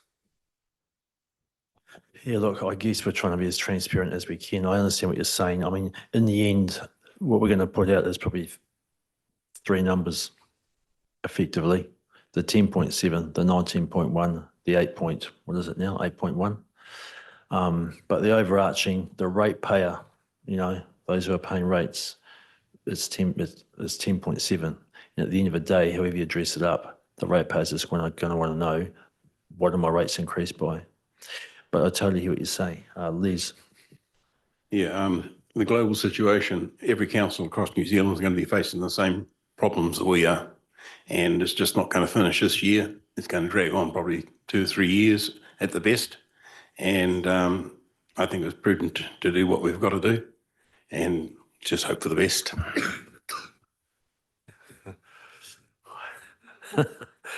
That doesn't fit with my hope it's not a strategy, Liz. Roger. Yeah, and a point of clarification, I suppose, to Lisa. Because this is an annual plan without much change, then we're not doing any consultation on this. So in terms of a publication, will there be something that's put together that's an information piece rather than a series of press releases? We do have a slide after this, which we just want to be clear for the community around that consultation requirement, and we'll get Lisa to cover off as well in terms of her thinking. I just want to pick up a couple of comments. One from Dean, one from I think it's Monty. And you know, if you tune the clock back, and Joe, actually, if you tune the clock back to last, July, August, September, October, when we were all on the campaign trail, life now is not what it was then. What we knew then, we do not. You know, what we know now, we didn't know then. And so I totally agree with Dean. It seemed to me to get into single figures as this could not be difficult. But as Monty's point, we didn't actually really start at 10.7. We started at sort of 15. And so, you know, $3.6 million had to come out to get us back to where we probably didn't want to get to. So I totally agree. So much work has been done. And to me, the levers have been pulled that have been pulled, and we have to have some resilience in the system, because we all know as councillors, whether we've been here 6 years, 9 years or 6 months, that you set budgets, and as you said, Roger, they're only a forecast, and to leave nothing in reserve, and this is minimal in terms of, you know, over $100 million worth of spend, it's minimal, it's like 1%. It's just prudent, unfortunately. Right, any other last comments? Anything from you folks? Yep. So as you're well aware, with this being a non-LTP year, we're required to adopt an annual plan. And the Local Government Act very clearly sets out the requirements for us, including the timeframe within which we're to prepare and adopt that. So the timeframe that we're working to is adoption by the 30th of June. The Local Government Act also sets out the requirements relating to consultation. So there's no mandatory requirement on councils to consult on an annual plan. What we're required to do is consider whether there are any significant or material differences for the annual plan year as against what is included in our long-term plan. And that significance is assessed having regard to our significance and engagement policy. So on the basis of what we've presented today, and if you provide guidance to us to proceed on that basis and prepare the detailed budgets and annual plan, then we are able to advise that there are no significant or material differences from year 2 of the 25-34 LTP that would require consultation. So it would not be required on this draft annual plan. Right, thanks for the clarity of that. So, Shane, Roger?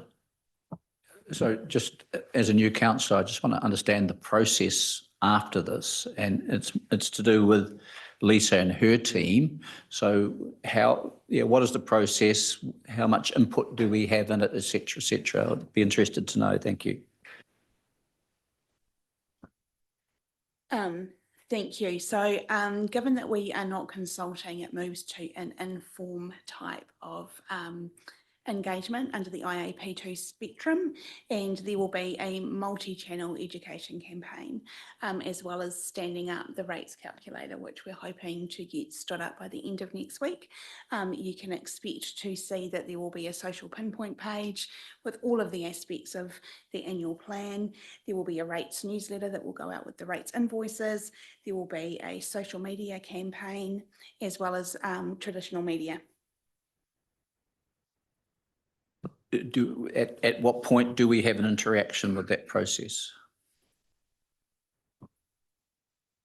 Usually we have some very vigorous sign-off processes internally within the organisation, and then the mayor holds the delegation for signing off the communication before it goes public.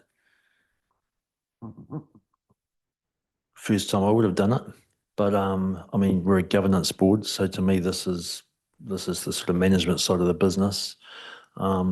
If there's anything, I guess as the mayor, I'd see untoward, I'd bring it back to this table at the first meeting. But look, there's a lot of bases here being covered off in terms of comms, in many different facets, from the online to the actual arriving in your letterbox if you are a ratepayer.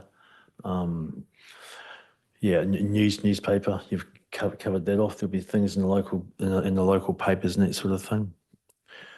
I'd just be interested in the messaging.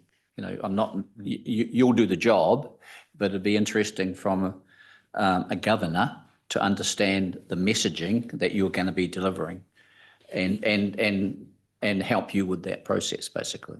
So because we've got to face the ratepayer at the end of the day. Absolutely. So as part of that, Councillor Walsh, there will be some key messages and a pack that will be developed for the elected members to assist them with any conversations they have in the community. More than happy to have a subset of councillors to review the material as it's being prepared, but we do need to be nimble given that we've only got about 6 weeks until we go live. So would prefer it to be a confined group as opposed to all of the council, just to make the process quicker and more efficient. Yeah, look, I think the key messages have come out here. I don't think there should be any surprises here. Kirsty. Can I please just also add, so this next slide is important because what happens now is that the draft detailed budget is prepared. That takes our finance team some weeks to undertake that detailed modelling. And then we come back to council with a formal report where at that point, council actually makes its decision. So this is a workshop, no decisions are made here today. You're providing guidance to enable staff to prepare that detailed budget modelling. And only at the next formal meeting of council where the formal report and budget is presented, are you being asked to adopt. So the messaging at this point between now and then with the community is the work that's being undertaken as we're shaping up the draft plan, but acknowledging that that decision point comes at the 24th of June. Thanks for that, Roger. Yeah, thanks. And I suppose, Lisa, please stay there. We'll keep up. And it's just the communication strategy. You mentioned that there's going to be a newsletter going out with the rates. But that's actually, I'm just wondering whether that's too late, that detailed messaging showing why we've arrived at that. Is it perhaps wiser to do it as a newsletter that goes out beforehand? So is it a cost that's worth it though? I mean, I'm just thinking about being transparent. There's certain things that we can't talk about, but there's certain things I'm sure that we can talk about where considerations have been kind of forced upon us through circumstances that actually would be a good story to support the rates messaging that we're going out with. I just question whether sending it out when we send out the rates, which is kind of, well, it is it's a fait accompli anyway, because we're not going out for consultation. So Yeah. the one that will go out with the rates notices will be more of an explainer around why you will see differences in your rates bill. So it will talk about the annual plan, it will talk about the decisions that you've made, it will talk about the revaluations that happened in December last year to help people reconcile what they are seeing on their rates bill. The stories that's in the education material that support that will absolutely be happening, but in a different mechanism. So i.e. newspaper advertising, social media, direct email contact, and on the Social Pinpoint website. So I think we should have all bases covered. There's a number of stories that we need to be able to tell. You're absolutely right. And it's just about defining our key audiences and using the right channel that's appropriate for that to happen. Sorry, can I just add to that? That might help too. Is that the conversations around being very clear about waters rates versus remaining council. The education process has already started.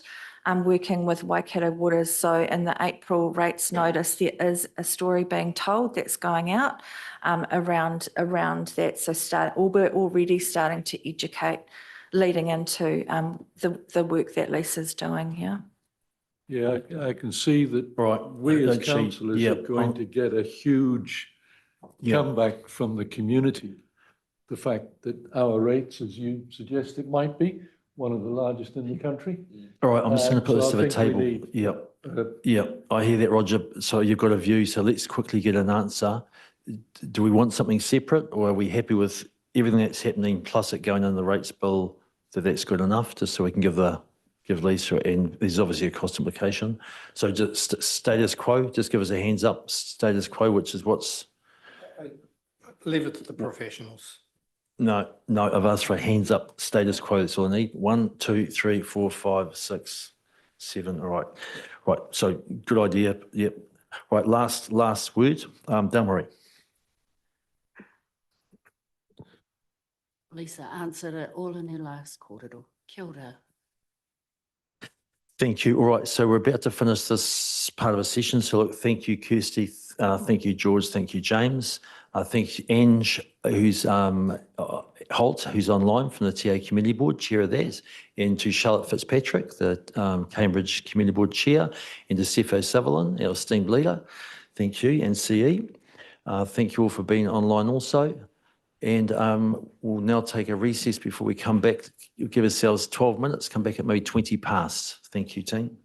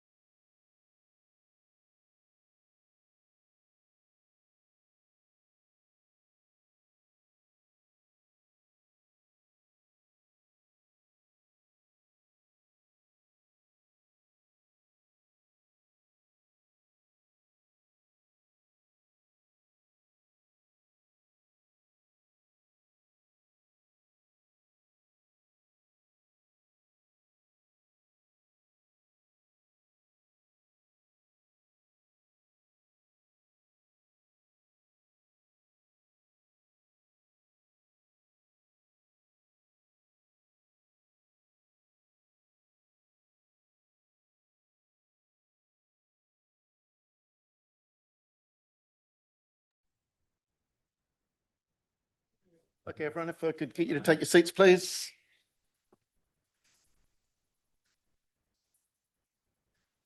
Right, welcome back to the second part of this workshop, which is a Cambridge Connections workshop. And there's two quite chunky topics that we're going to be discussing here. First is the network options, which has got a lot to do with roads and bridge corridors.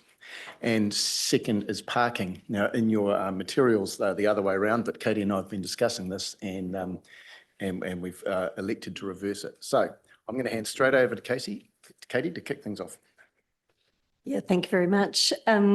It's really nice to get to this point. This is the first time perhaps in this phase of the project that we're starting to be able to translate those community ideas onto paper, which is exactly what you've got in front of you today with some with a larger map around potential bridge areas and to be able to think about how we specifically respond to the ideas. So I think it is really exciting. We're going to jump straight into the network options. The purpose of this part of the session is to be able to think about what are the pros and cons of each of these options. And they, as you can see, they are deliberately still very broad areas. So as we think about what those pros and cons are, we will do that. So if you didn't mind sharing the slides, what I'm going to put up on the screen for you to see is the framework that we're using for this project that you've seen and approved before. And I'm just going to need to scroll through just a couple of slides to get there. Problem statements. It's coming. There it is. So that's still quite small, but it's also in your slide pack. And I'm just suggesting that we leave this up here so that you can refer back to this. So what you've got on the screen is the 3 problem statements, which are also in a bigger slide in your slide pack if you need to be able to read the words, which are very difficult to read up at that stage.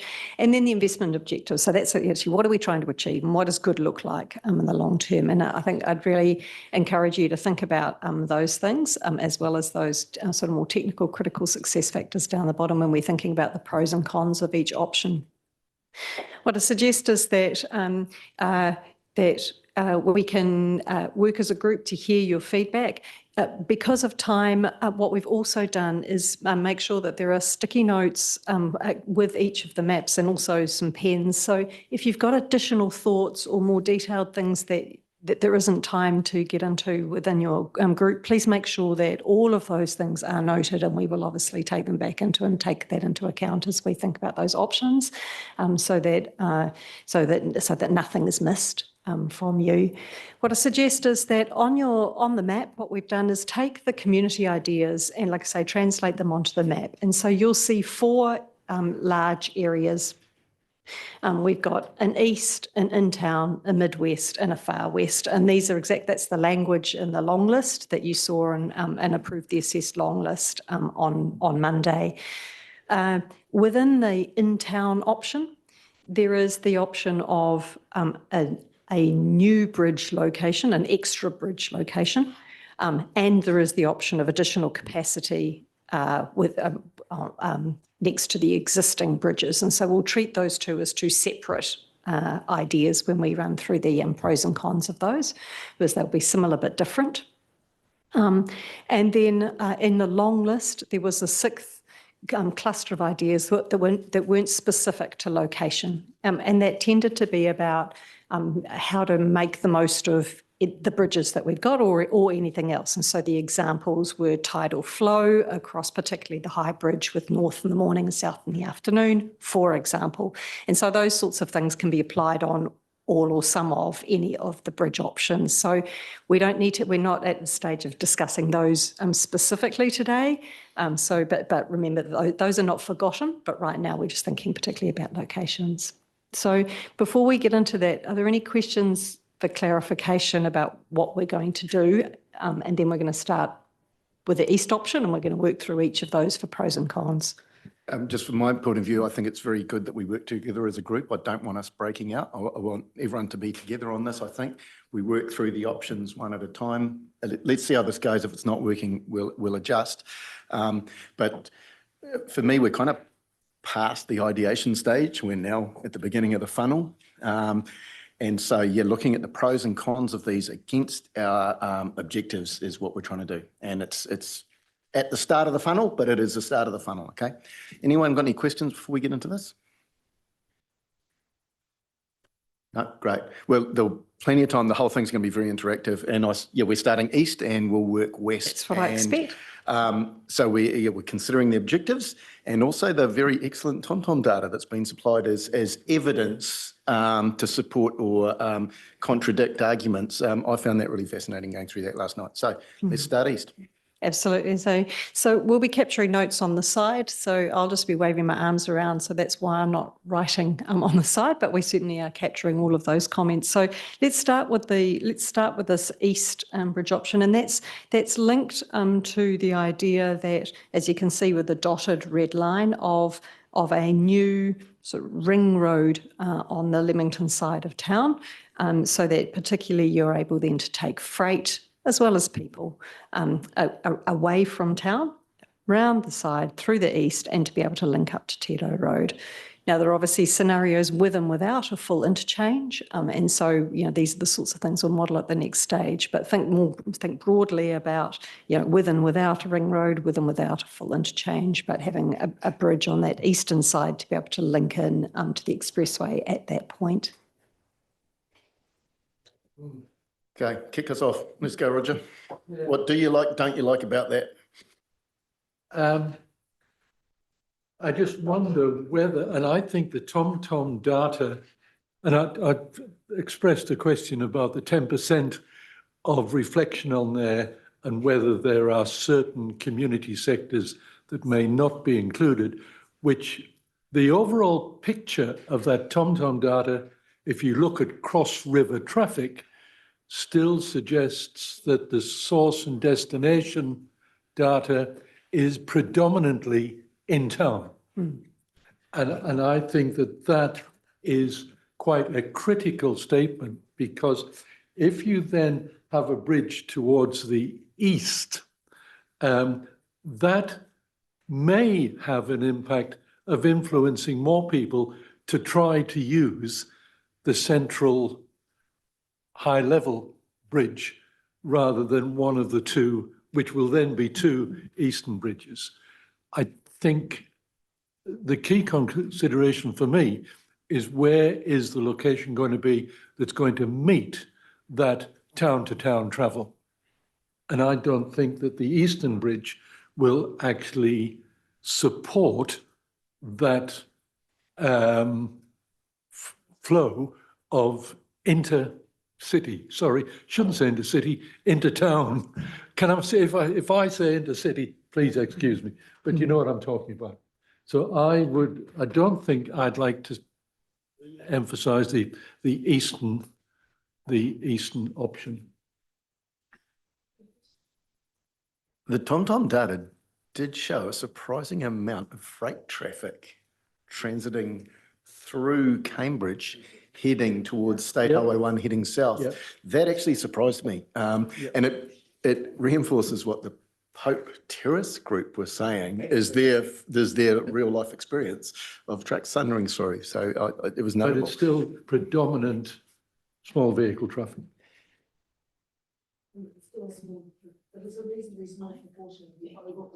Yeah, even though it's and I accept that it's growing substantially, but it's still a small proportion of the overall traffic. Okay, Dean. Yeah, looking at this option, I sort of agree. I'm not sure that that'll give us all the benefits we need. And if one of them is to get some of that through traffic, not to go through Cambridge from this side of the district, I still think we could achieve that using existing roads and highways from the other side, which would be a better option for me, because we wouldn't have to provide all of that ring road infrastructure. I think we could avoid that from that point of view, and probably still achieve the same sort of thing, like the email I sent out with the different distances. If you stick to just the state highways, instead of going down Pope Terrace, you're adding a few minutes and a few kilometres, which is enough, obviously, to put some truckies off. But if we had some other means of making it more, more desirable for them, then it suddenly becomes a better option. So, we're talking less than 5 minutes, less than 5Ks extra to go that route, and yet they're not using it. So, yeah, I don't go with that one. What's your view on your east option? Liz, you go first. Let's go first. The distance, for example, on this ring road on the eastern option, relative to, let's say, sort of, the far west or whatever, just a ballpark number.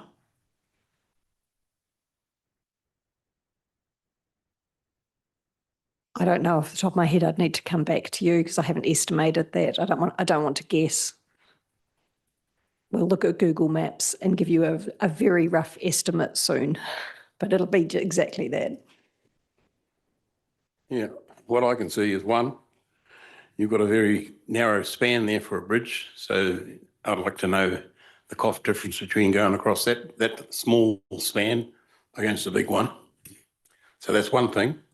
The other thing you could take into account, not only truckies are also talking about mileage, they're also talking about time. So you've got 1, 2, 3 roundabouts for them to go through Leamington against a straight road around. So there's time and motion. And the other thing is we're looking out years ahead. Leamington's going to grow a lot more. So that's got to be taken into account too. So that's my situation. It looks quite good. Looks like good work. And as I said, the biggest thing is the cost in putting the bridge across a narrow river. Just on that point of cost at this stage, Katie, in the long list assessment, this was just in the dollar sign, which was 50 million plus, I believe. All the bridge corridors are. Do you have a comment on that, Katie? That remains appropriate, but to Liz's point about at what point you start being influenced by cost. So we certainly will consider that as we get through the funnel more. At this stage, when we've spoken to people at Hamilton City and those associated with Peacock's Bridge, and Brian can confirm, the major cost isn't necessarily the span, it's how you're linking it to the land, because it's obviously not in the riverbed, and then obviously your arterials after that. So the width across the river is a factor, but it's actually not the determining factor of cost. Okay, Joe, then Claire. Yeah, just thoughts on that east option. I don't feel like that is the best out of all by any means. When you think about how far it is away from those on that Kaipaki Road side, and people who are living in those new subdivisions along Kaipaki Road that are wanting to go to Hamilton or even wanting to come into the CBD, it feels like a long way for them to travel so far east. And then again, does that then just eventually put more pressure on the high level bridge because people are like, oh, I just don't want to drive all the way over there. I'll keep using that main bridge. And it just funnels more of that heavy traffic through what is going to become a very busy area of Cambridge. So it's my least favourite of all the options. Yeah, I think it's important to have the option included because that was the feedback that some people wanted to, have considered. Yeah, but I do think that the cost, that the location and the cost, given that that's a really long piece of arterial to build, and I guess the positive would be that that land probably hasn't been zoned as residential yet, so it might be rural land, so it might be cheaper to acquire. But I don't think it's solving the main problems around congestion in town. And in fact, if we did go with this, we wouldn't be doing the same level of investment on those 2 existing bridges, would we? So some of those problems won't be solved by this option. Yeah. Just in looking at the site of this additional bridge, are we working on what is the assumption that we are working on related to the current high-level bridge? Are we looking at the fact of, at some stage, that has to be replaced, and therefore this is an alternative route, not another route? There are different scenarios that we'll model through this next phase. So there has been no assumption made about the use of the high bridge. What the information that we have about the high bridge, and again, Brian will correct me if I'm wrong, is that a new deck for the bridge will be required in approximately 20 years. 20 to 40 years. I guess that again depends on use and wear and tear. But that the bridge structure itself remains stable, so it's not a whole new bridge that's required. When we map all of these scenarios, we can think about how many we run and whether we consider running a scenario where you're using the bridge as has been thought about before, simply for walking and cycling and active modes, or would you keep it open for cars? And therefore, what's the function of each of those bridges? But you've got to think about that as a whole network. And I think that's, one of the things, that's why we'll need to run a number of these scenarios. But no assumptions been made. Okay, Shane, go ahead. So I was really interested in that data, because really the data tells you what you should be doing. And then if you look back at the actual problem statement and you look at this particular thing, I don't think it actually solves the problem statement. And it was really interesting how many people in Leamington want to go through Cambridge to get to Hamilton, and how many people in Cambridge want to get to Hamilton. So, it would be pointing to having a bridge somewhere midwest or something to get across to link to that Hamilton road. And if they did that, then other trucks could also get back to that state highway. So yeah, I think, and for me, it's always hard to make decisions without understanding the dollars. And but I just think this has got a really, really big number on it. We're going to have issues with money, and it's about prioritising what's going to make the best effect. And I would eliminate this one for that logic. Yeah. Yeah, thanks, Jane. And look, I'll remind everyone, we're top of funnel. So I realise we're not trying to get a decision. We're just trying to get everyone's head in the right space. Okay. Yeah. Mike. Thanks for that. Yeah, look, hey, again, the data was excellent, and the data doesn't lie that for me, this is not the logical choice at all. I mean, it goes between 6, 12, 15% of users, whether they're coming from Te Aomuri Way, Leamington going south or whatever, the numbers do not stack up to spending that sort of investment, whatever it is. Yeah, I do this in my, which is a big cross for me at this point. Thanks, Mike. Can I just?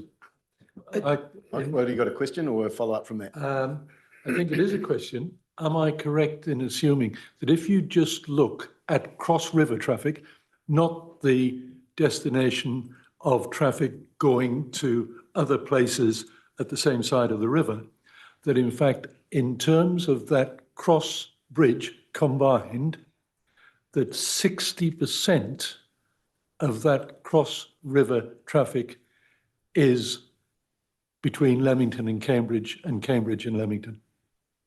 60% of the cross river traffic, because the percentages that you've actually included of the breakdown are actually percentages of the total, not just percentages of the cross river traffic. So I think clarification of that. So working out what the Cambridge, inter-Cambridge cross river traffic is, it's actually 60% and 20% going to Hamilton. That's about right. We'll come back and confirm the actual numbers, but that's about right. Yeah, that's about what I thought too. Yep. And just could I invite the transport Yeah. engineers with the expertise to jump in any time that we're straying from data, okay? Pip? Just a question of sort of combining this process with other processes, particularly plan changes. I note sort of the eastern route here potentially starts encroaching closely on sort of private plan change 37 with regard to the sort of that. I mean, at what point in time do we start sort of looking at this versus sort of other plan changes that might be and et cetera, because it's sort of, if we're not careful, we'll end up mixing, well, and they will impact upon each other. It's a really good question, and it's why, as a project, we are working really closely alongside the refresh of Waipā 2050, which looks at whether we need additional growth cells. And a spoiler alert for the growth workshop next Wednesday, the answer is no in Cambridge. And so it means that what we've got on the books now is the shape of Cambridge that we would expect. Now, obviously, there will be private plan changes. Obviously, there will be out of sequence growth that will come as well. But it does mean that we sort of understand what the shape of Cambridge is likely to be over the line of this project. And we need to take that into account about how do we step that out over the next 30 years and beyond, because obviously infrastructure will be there for a lot longer. But we still need to make decisions about what's in the long-term interests of Cambridge, and we need to be cognizant of the sort of land use that might be there, and make the decision from a transport point of view and a whole of town point of view. Yeah. Okay, brilliant. I want to move us on. So not huge support from elected members for the Eastern option. So let's devote more time to the ones that I suspect are going to generate more debate. So let's move to in-town. Let's move to in-town. Now, I suspect that the conversation will end up chopping and changing between the benefits and not of improving the capacity on the existing bridges, and those are the sorts of ideas of putting an extra bridge in the same corridor, so right alongside, putting an extra lane, removing the removing the footpath on at least one side of the high bridge, et cetera, et cetera. So those are the sorts of options for existing capacity, but particularly making the use of the corridors that exist. So you could put an adjacent bridge next to one or both of the high and the low bridge. And then obviously the rest of the in-town option as we've described it. And when it would be easiest from a technical point of view to talk about advantages and disadvantages of the additional capacity for existing bridges first. But don't worry too much about sort of straying into others, and we'll obviously sort that out as staff afterwards. Okay, I'll tell you what we'll do. Everyone's interested in this. We'll go right around the table, okay? So you'll all get your turn in that order. I'm going to start with Joe. Your thoughts? Thank you. This, for me, I can see that this technically would probably be an option, and a few people I noticed in their feedback have asked the question, why can't we just extend the current high level bridge, etc. But for me, all this does is funnel more traffic into the CBD. It clogs up the CBD even more. It just exacerbates the traffic that Cambridge is already experiencing. I don't think it alleviates our problem. So for me, again, this is not a popular option for me. Thank you. Can we just be clear? Yeah. Can I please ask if you have a view about the low level bridge?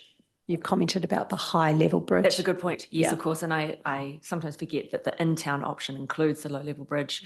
Again, there's already a bridge there that is catering for traffic. For me, a bridge in my mind needs to move traffic away from those pinch points already. So I wouldn't want to be relying on either of those as options. I think we need a third individual river crossing.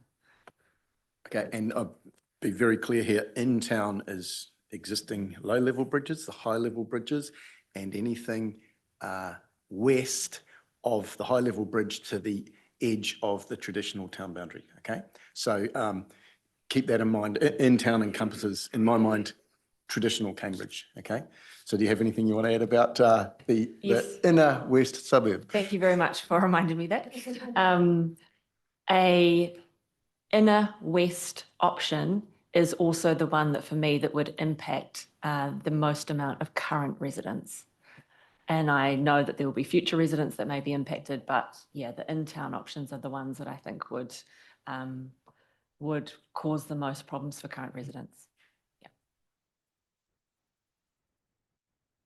I think you've clarified it for me, because I was trying to get between the in-town and west, and wanted to know was Vogel Street in the in-town part or the west part, but you've confirmed it's in the in-town part. Right, sweet, perfect. All right. Yeah, I think the in-town has definitely got merit. I'm open to explore the low-level bridge being improved with possible routes out to Thornton Road, etc., and then onto the highway there. I think there's actually merits in looking at that. So that takes care of that. The high-level bridge, I don't think you can do too much with that in terms of structurally.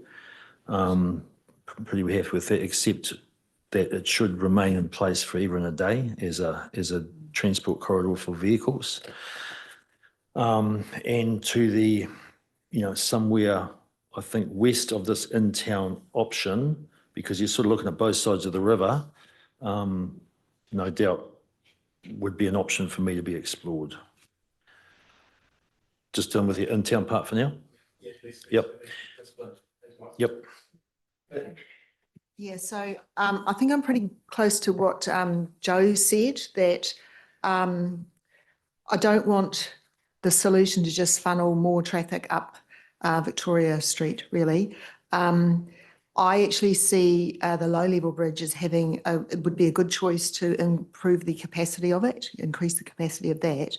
And so I would favour another bridge slightly to the west of the existing high-level bridge, because what I'd like to create or see created is less traffic on that Victoria Street, but more traffic on the next block over or one over that, because from the TomTom data, northbound trips crossing the Waikato River and the AM Peak, 70% of them are just either going over to the CBD or into Hautapa, which I think also covers school traffic.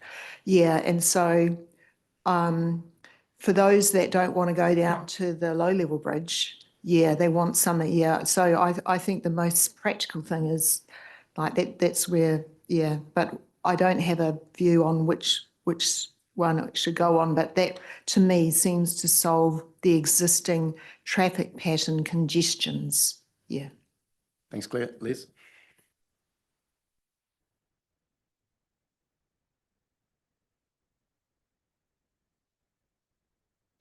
The high level bridge, I can't see any point adding new to old. It's old, let's face it. The low level bridge, the only benefit I can see there is if we can get an on-ramp on the motorway. And if you can do that, yeah, that's good. Thanks, Liz. Pip? Just sort of a few points. I don't think the inner town really solves the heavy transport issue. And we're just going to continue to, because at the end of the day, the heavy transport has to go across the river. And you're just, by improving all of those corridors, you're just going to basically push more and more heavy traffic. Point two, the cycleways that we talked about in the last part heavily concentrated on getting cycleways around Leamington and sort of potentially more around central Cambridge, because that's what are being used. And I'm particularly conscious that in Bryce Street we've got a sort of a cycleway which is now being more and more used by school children, etc. So we've now got an acceptance that central Cambridge is an area where you can start using cycles more and more. And as soon as you start moving cycles and cars, let alone cycles and heavy trucks, you're in trouble. And thirdly, sort of a point, if you did start sort of going in town and you went with the sort of the preferred recommended option in sort of Cambridge Connections number 1, you're basically going to be up, if you're going to put a new bridge in town and you then need arterial routes to connect to that, going back to Alistair Gray's comments when talking about the bridge in Hamilton, the Peacock Bridge, you're ending up talking to 30, 50, 60, whatever, property owners in order to try and get sort of, agreement from that number of property owners for additional arterial routes. If you did something other than extending the high level bridge, you're going to be talking to an awful lot of people and spending an awful lot of money on expensive real estate. but I'll say my bit, seeing we're going around. Can we carry on around, Claire? 'Cause we're gonna run out of time if we. I know, but it was about the heavy traffic statement. That's all. I don't know if it's taking into account the impact of Ruakura's inland port, which will take traffic away from that route up to State Highway 1. Yeah, that's all. We haven't even talked about that, but I have done an AI modelling of it. Okay. Okay, cool. Seeing we're going past me, I will say my view. For me, something along the existing high-level bridge corridor makes no sense at all. The last thing we need to do is feed a whole lot more traffic into the main street of Cambridge. And similar argument kind of applies to upgrading the low-level corridor with the rezoning of Carter's Flat and what's going to happen in Cambridge. I just don't think it solves enough of our problems. And, you know, we've got to be looking a long way forward here. So definitely a new bridge corridor somewhere to the west of this in-town option is, for me, has got to be on the cards. And it comes down to sort of not a trade-off, but a balance of what you're trying to achieve. If it's a western in-town corridor, it's probably bad for trucks, bad for freight. Don't know about public transport. I don't know what it does for that, but maybe given the movement pattern, it maybe works for people who are crossing the river. So I would keep that as a live option and look forward to how the modelling when we go further down the funnel looks on that option. Okay, that's me. Damarie? Everyone's so activity-based. I'm going to go environment-based and sit with iwi's whakaaro, because I know how everybody's wanting to sort of bottleneck more the CBD. But if we do take a bigger step back and look at the environment in a long-term vision, yeah, I'm going more towards the west if that's where mana whenua want to go. Mindful of that data again and the problem statement of keeping people out of the main street, I wouldn't go where the high bridge or the low bridge is. I'd go west, taking on board Joe's comments about trying to minimise the effect on existing residents. I don't know the areas, but I see a road called Hanklin Road. And we're not going to list roads, okay? Okay, but I'm just saying, okay, so path to hell without problem solving, it needs to be away from minimising the effect on residents now, but also a link that ties up to an existing road that shortcuts it and heads it towards Hamilton. Thanks, Jane. Roger? Oops, thank you. That's all right, I'm here for you. Oh, good. And I again go back to the data that we've got, and I think if we just assume that it's approximately 60% that's in a city, and that if we look at what we're looking at in 30 years' time with the growth of Cambridge doubling, and if that pattern is reflected in the behaviour of that increased population, then we're talking really about funneling all of that traffic into our main arterial system, irrespective of which bridge they actually decide to go. And that's where a lot of our challenges is in the current congestion. So actually, if everybody's going to, if 60% are going to be cross river, I don't think we're going to achieve anything by actually creating too much of a change to the existing cross river. We're still going to have the same problem in pushing more and more vehicles down that existing road system and through the centre of town. I don't think we're going to achieve. I think somehow we've got to look at taking a proportion of that traffic and putting it to a different route, so we actually split the traffic. So I'm actually more, because bearing in mind that the people still are going to want to finish up somewhere in town, whether it be the schools or the health service or whatever, I don't think we can take it too far out, because then they're going to have to go out and then going to come back in again. So I think, to me, the logic is the mid one, but, and we also know that under C3 development, there is perchance there's going to be a lower level road requirement by the developer to connect with Alpha Street. So there may be a cut back into town in another route, but it will be splitting the traffic away from the existing route. So I can see the logic of perhaps looking at something with the existing bridges, but I don't think that will ultimately solve our problem, that we need to split it out somehow. And the mid option, to me, is the logical one, that it's still bringing it closer to town where the ultimate destination will be for that traffic. Yep, you'll get your go on Midwest coming back. Sorry, yes, Yeah, Dean, hey, I'm going to go backwards around the room next time, okay? That's all We'll right. keep doing this, okay? So you're getting twice, Dean. Just going to talk about the in-town part. I've made some notes about what my preference is as well and why, and they tie together. But in terms of in-town, yeah, I think that, my feeling, like everyone else, is you're just going to put more pressure on the CBD, which is not what you want. And I think there's ways of still getting there in a different way.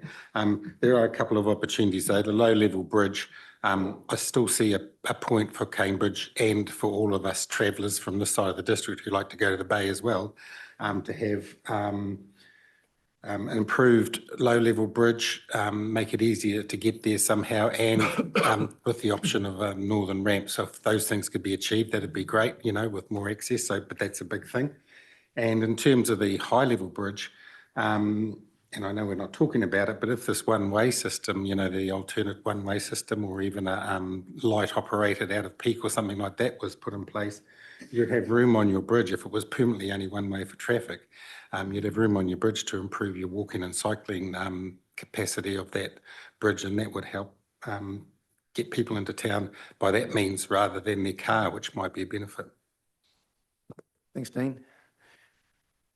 Katie, do you want to respond to any of those comments on sort of in town? No, I think they're actually all really valid comments, and actually this shows the complexity of what we're dealing with, right? And why we need to model a number of scenarios and be able to bring it back to you, because you've used the word trade-off or balance between the investment objectives and how much of each of the problem statements you're actually trying to address. So I think, these comments are all really useful, and what they do and why I wanted a pen it was to make sure that when we do think about how we structure up what those scenarios are that we model, we pick up on all of the comments that you're making and really test, for example, how much of the traffic, what would the impact be on the level of service on the in-town roads if we have a bridge that's very close, is an in-town option. What does that mean for level of service? We've got some of that sort of modelling now. What is it, and how would that be different if your bridge is a little bit further out, a lot further out? And then you can make your decision, because this is not just about where the bridge goes. It's obviously then about what's the impact on the network in your whole town. I will just pick up perhaps on the comment that you made, Claire, about remembering that Cambridge sits within the bigger district. And one of the things that we haven't mentioned, but one of the reasons for putting in the slide pack from the map that we've used before, is remembering that both the cross-district traffic for people and for freight remains important, and that we've got that uncertainty about whether and when Southern Links will go ahead, and therefore the impact that might have on freight movement. And so that's another thing that when we come to some modelling scenarios, we need to model with and without Southern Links to see if that makes a material difference. Yeah, okay. briefly, yeah. So the modelling I did was to do with the Ruakura port, not Southern Links, because diverting traffic with containers doesn't rely on the Southern Links to be there. And the analysis showed an 80% diversion of heavy traffic that currently use the Te Awamutu Cambridge Waikato Expressway to Tauranga would stop that and go to Ruakura. And I'm happy to share this. I did it for the you know, the petition to do with Pope Terrace people to see if that will also alleviate their problems. And it was on a 10-year basis, 2026 to 2036. Okay, thanks, Claire. Hey, Katie, do you want expert critique of what we're thinking option by option, or are you happy with what you've just done to be the expert critique? So that's why I'm keeping an eye on, Yeah. on the experts actually sitting on the side of the room, because I am not a transport expert. The purpose of today is absolutely to hear from you about what those pros and cons are. And so I think if there are things where I think that we really need to respond, then we should do that. But I think a lot of this, we really need to just then take it away and design this into the technical work that we do to bring it back to you, rather than trying to respond on the fly, because we'll be responding about one element of something that's much bigger. That sounds great. And just I would invite you, if the experts, if we are straying into, into sort of ideas that you think are crazy or just plain wrong, just stick your hand up, okay? Okay, Midwest Bridge option. Do you want to do anything by way of introduction, or should we just cruise back around the table? No, it's everyone knows what they're talking about here. We're going the backwards way around. Dean, over to you. Thank you. I can finish the rest of my notes. So Midwest or Far West for me, in terms of a bridge, taking Roger's point about Midwest, if you've got a bridge on basically green fields but close to town, so you weren't interrupting anything that existed already, that would be a plus. To me, you can then have an effective bypass to the state highway. Obviously, if we had our ramps, that's a plus. And you can come off that new road where the bridge is onto one of the existing roads, and then you can approach Cambridge, CBD, schools, other parts, the northern part, from your nicely laid out grid town, which is pretty easy to get around, if you're not on a busy street. And I think that would give every driver, wherever they're starting from, wherever they're going, the option of looking at, a route that would get them to where they want to go without having to go through the main street or one of the main busy streets. They can come at it from another angle if there's an option that is speedy and efficient. So yeah, I think that would be my point of view, and that caters for trucks bypassing the town and alleviating some of those problems before this inland port gets fully operational. And there'll still be still some trucks that'll want to use that route because they, it doesn't suit their business or whatever, I'm sure. I made another point. Oh yeah, and then it goes back to the point that I thought about the high level bridge, improving pedestrian access on that high level bridge and encouraging, a different sort of a traffic flow into the CBD itself, which may not, less cars, more other things. Because at the moment, that bridge just looks totally dangerous to walk over or cycle over. Must really put people off. Thanks, Dean. Roger. You're on. Yeah, thank you. And I again look to the future, and sorry, this is to do with the Midwest. And if we look at what the residential development's going to be, the majority of growth in Cambridge is going to be in C1, C2, C3, which is really that Midwest section. And I've always had an analogy that it's like putting a town the size of Pocono on the outskirts of Cambridge. And if you look at it in that way, there's going to be a huge population that's going to be in that Midwest. Now, if they are going to have a similar kind of behavior, and there's going to be a deal of cross-river traffic, then a Midwest bridge would separate that out from going and moving into town, whether it's going to the high level or to the low level. I do think if there's a Midwest bridge, I think the point that was within the long list suggestions, that in fact some form of new linkage road just on the Cambridge side that actually allows that traffic to move to the inner city, should they need to go shopping or something like that, would be an advantage. And again, considering that 60% of Cross River is Cambridge, Leamington, Leamington, Cambridge, to separate it, that's close still to the town centre. And I think that's an important point, if that's where the destination's going to be. So I would somewhere, and I've put a line here, kind of halfway along, which seems to be coincidental with the Te Awa roundabout, but maybe not. I'm not letting you do streets or roundabouts or junctions yet, Roger. Okay, Shane. Yeah, I'll be the Midwest, or on the far west of the Midwest, would be dependent on understanding how many people who live in Leamington go to Hamilton, and diverting them away from the main street, basically. I think Roger makes a good point that some of them would want to go to Cambridge to schools and everything. So maybe putting it in the Midwest area versus the far west will have that connection for them. So, but, you know, it needs to be a data-driven decision in terms of how many people behave in those ways, and therefore where should the bridge be located, is my thinking. Thanks, Shane. Dominic?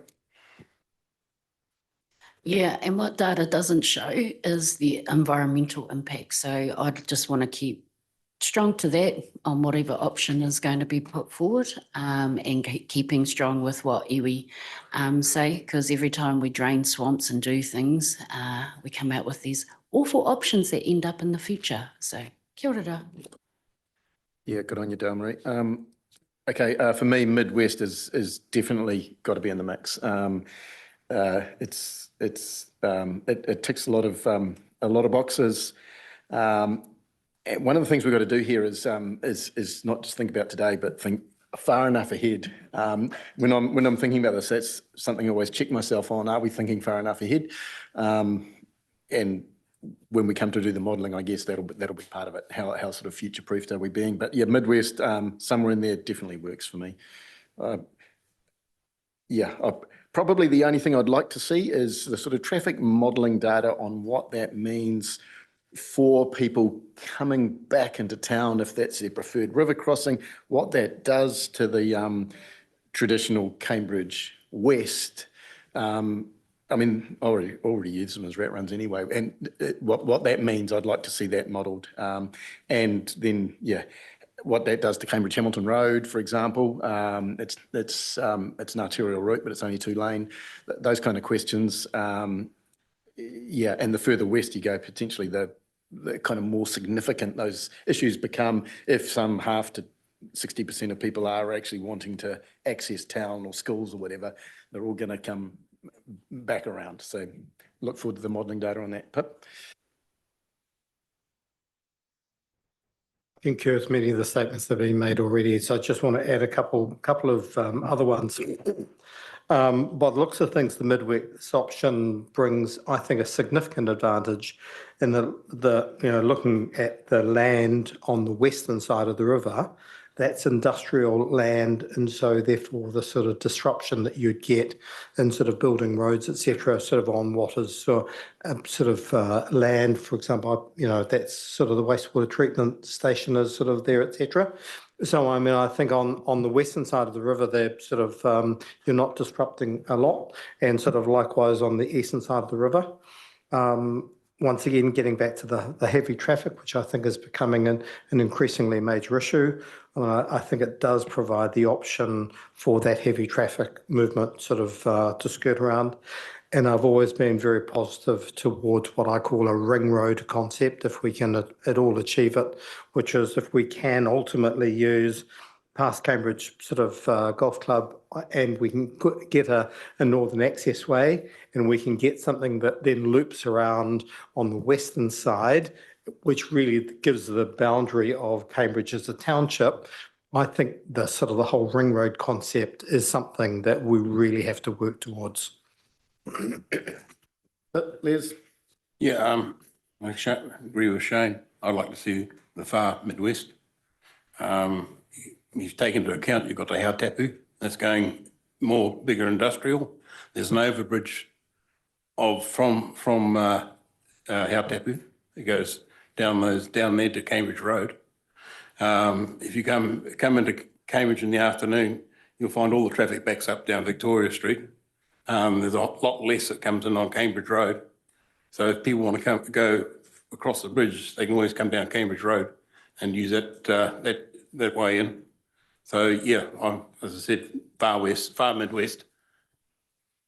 Thanks, Les. Claire. Yeah, so it's not my preferred option, but I can see the potential, particularly if we can model that there's a likely to be a good volume of traffic trying to get from the southern side through to Hamilton. Yeah, my biggest concern is that I still think most people are going to want to get into central Cambridge and the schools there. And so the question of whether or not that had to be, making a big U and how efficient that would be. Yeah. Mike. Yeah, to me, that Midwest is definitely an option also. Look at the data on the percentage of traffic that's travelling from Leamington and trying to get up to Hamilton Way, you deviate quite a bit of that, which would take some pressure off the existing bridges. So, yep, an option for me. You've also got some brown and green field spaces. You've got alongside the green belt there. Anything really where there's not houses on both sides is obviously advantageous. If you look at these maps, so Midwest, yep, happy that it's a good option. Thanks, Mike. Joe.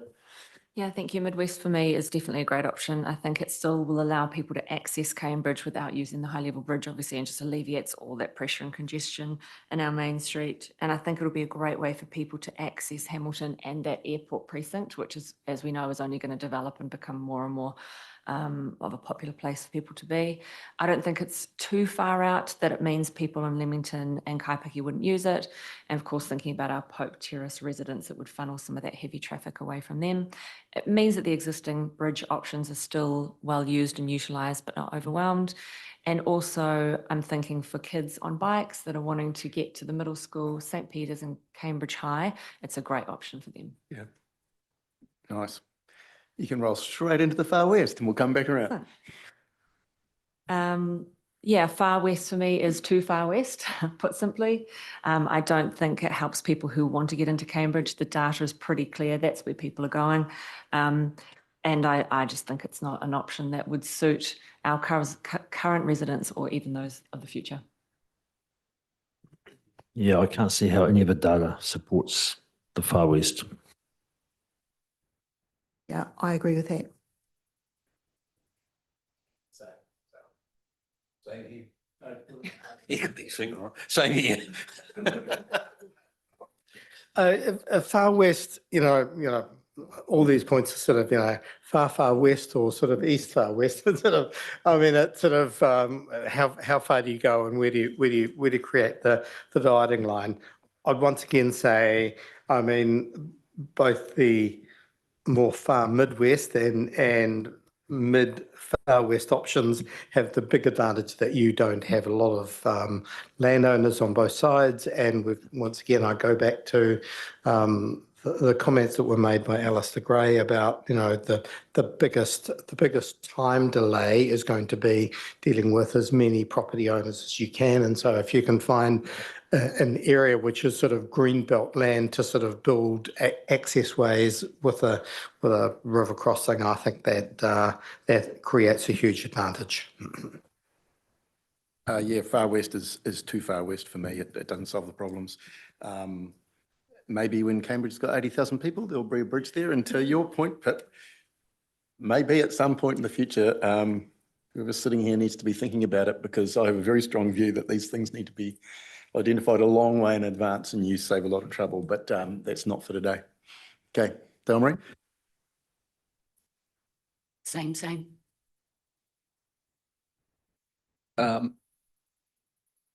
Yeah, far west may be too far, a step too far, but I'm saying that you've got development that's on the west, and so if you were someone who wanted to live in Cambridge but's working in Hamilton, you'd actually want to live on that side of town, and whether we just got to think about that in terms of future growth, not in the 10 years, 20 years, but maybe longer than that. That's my only comment.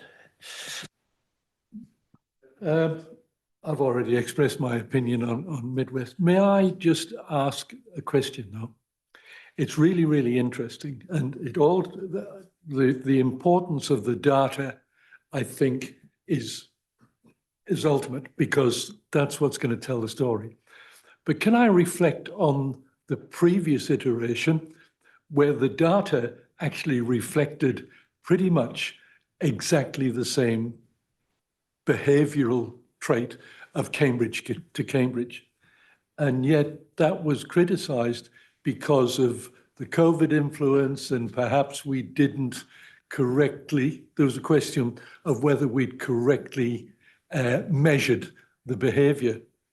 Is the fact that we've only got 10% of cross-river traffic, and that the ones that we've measured may be limited to a certain either socio group or behavioural group, is that going to open us up to the questions of the integrity of the data again? Yeah, thanks for the question. And it's one question that Roger had put through yesterday, and we've said that we're getting further information, sort of a breakdown. So I'd like to give a partial answer and ask Brian to come and give a partial answer as well, which is what we can give you today, because I guess my comment is you're absolutely right. The integrity of the data is absolutely crucial so that you can make well-informed decisions. And so, Brian, would you mind coming up and just talking about the sort of cross the triangulation of the TomTom data with other data sources, and so what confidence we can have in the TomTom data and what else we might be able to use, and what further further insights we might want to be drawing out of that TomTom data. So on that and the information we provided you, we've just pulled out very quickly around the proportion of heavy vehicles, for example, but we can interrogate that data in many, many ways once we understand what it is that we really want to know. And that's exactly the kind of feedback that we can get today. Yeah, so I guess this modern way of collecting data, TomTom data or Bluetooth data, they are obviously much larger data sets than we were ever able to achieve by traditional methods, which were actually stopping cars at the side of the road and asking them where they've come from and where they're going to. So you only got a very small sample, and you couldn't tell if they were stopping in half a dozen different places before they got to their ultimate destination. So it is an amazing data set, but it is focused towards vehicles which are operating with that tracking system all the time. And it's people with smartphones who are also tracking their travel. So you think about every teenager who's holding a smartphone on a bus to school, and it's got apps which locate them, and it could be a group of older folks all on a bus, all with their smartphones, so that the TomTom data is going to get all of those different types of people travelling. With that really large data set, it's probably the best type of data that we've ever had access to. So I guess people will always be able to say, well, what about this type of traveller or this type of traveller or this type of traveller? And I guess our answer is yes, there'll always be some exceptions, but when you have such a large data set over a long time period, that you can interrogate at different times of the day, it really is the best sort of data that is available to us. So, yep, there'll always be arguments about how reliable it is, but it is the very best that technology provides us today. Yeah, thanks for that question, Roger. I had actually asked the same thing, be prepared to speak to the integrity of the data, because we got in trouble on this last time with Bluetooth that we were criticised. So thank you. And I think this will be something that you'll need to sort of keep focused on so that people understand the integrity of the data set. We'll have to be prepared to answer that question again, because we had the question last time. So it'll definitely come up. Can I just finish with Dean? We never did you on, and then I'll come back. Dean, on the Far West, how do you feel about that? A couple of important points. One, yeah, it's too far west, and secondly, I'm really surprised that you use blue. Stop being cheeky. Right, I've got a couple of questions over here. We'll go Pip and then Claire. I'd just be interested, with the, TomTom data, if you were to look at the percentage of, car travellers and you then look at the TomTom data, I mean, does it capture 90% of the drivers? Does it capture 50% of the drivers? What sort of, there must be a guesstimation as to sort of what, how much of those drivers that TomTom data actually collects. I think also the fact that it reflects exactly the same pattern that we had last time is in fact quite relevant. Because again, this is twice that we've had that kind of behavioural pattern. I know the sample size is spoken to in one of these slides. It's roughly 10%. Do you want to clarify that, Brian? Probably you. It's cross-referenced against some actual traffic count data across the bridges, and you've used that as a scale to say it's roughly 10%. Yeah, that's correct. Of course, we don't, as I mentioned, if there's a whole lot of people on a bus crossing the river and they've all got smartphones that are tracking them, that's one vehicle, but with a whole lot of people in it. So we can get some more data information from TomTom. We've asked them for that if they've got more of a breakdown about what might be just vehicle data and what might be mobile phone data and things like that. So anything like that we can gain, we'll put into the information for yourselves and the public to understand. But at the moment, I couldn't elaborate any more on that split. Yeah, the comment I want to make is the use of the word integrity, because I actually think the right word is bias. Okay, I think the data is accurate, so it has integrity, but there's a chance that it's biased because it can only track people with certain types of technology or age of vehicle, that's all. And I think you could look at what the biases might be because of that, and then just address that in the comms that go out. That's all, yeah. Okay, look, there's been a really excellent roundtable on the bridge crossing options. Yeah. Are there any other network things you want to speak about? So I don't want to speak about network issues right now, because I think as you've identified, each of these options comes with different implications on the rest of the network. And we've, so you commented specifically, say, for example, about the Midwest and the Midwest option about how and where would people get into town? For the in-town option in particular, what would the level of service impact be on those roads? I mean, that's the sort of thing that we'll obviously look at. What would it mean for each of these options? Where would freight travel? Those are the things that you'll want to know. So those are the sorts of things we've noted down, and make sure that we can start to bring those ideas forward with that, and do the modelling in a way that will help you know the answers to those questions. I think the questions that I had, based on what you've said, is there are three things that don't find favour, or find far less favour than anything else. And so my question to you is, do you want to take all or any of those options off the table now? And when I say now, this is a workshop, so this is not when you're making the decision. Now ends up being the 3rd of June at your SPMP meeting.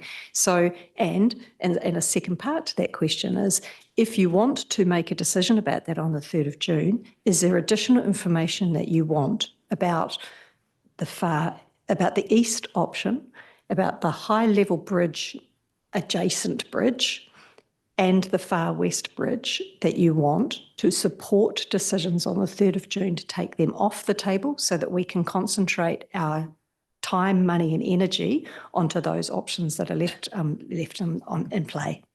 That is a very excellent question. We'll do a few comments and then I'll get a feel for the room, okay? Roger, then. Yes, thank you. Now, my perception is that meeting that we're having will be public. I would therefore suggest that it may be wise to include the other options to show that we've actually considered them.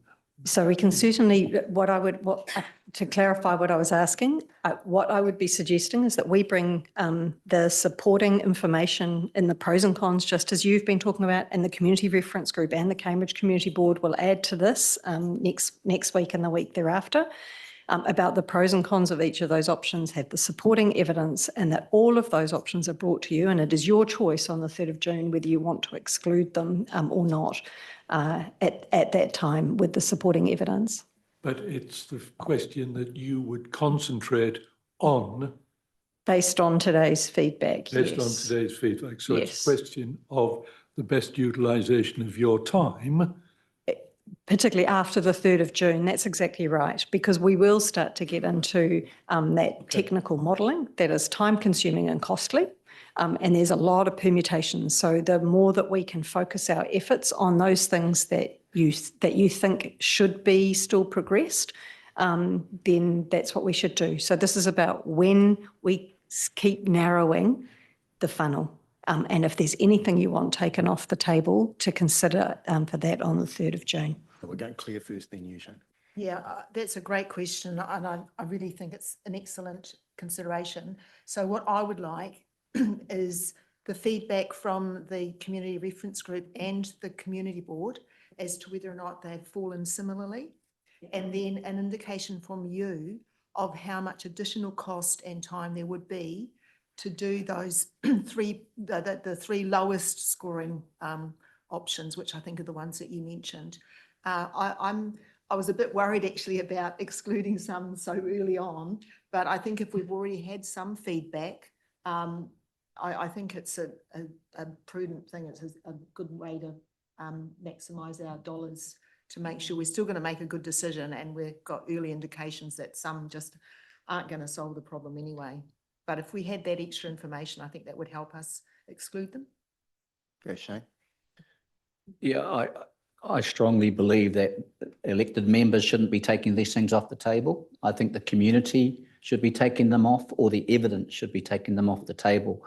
In conjunction with talking to the community, I think there's a danger with elected members have already taken your option off the table.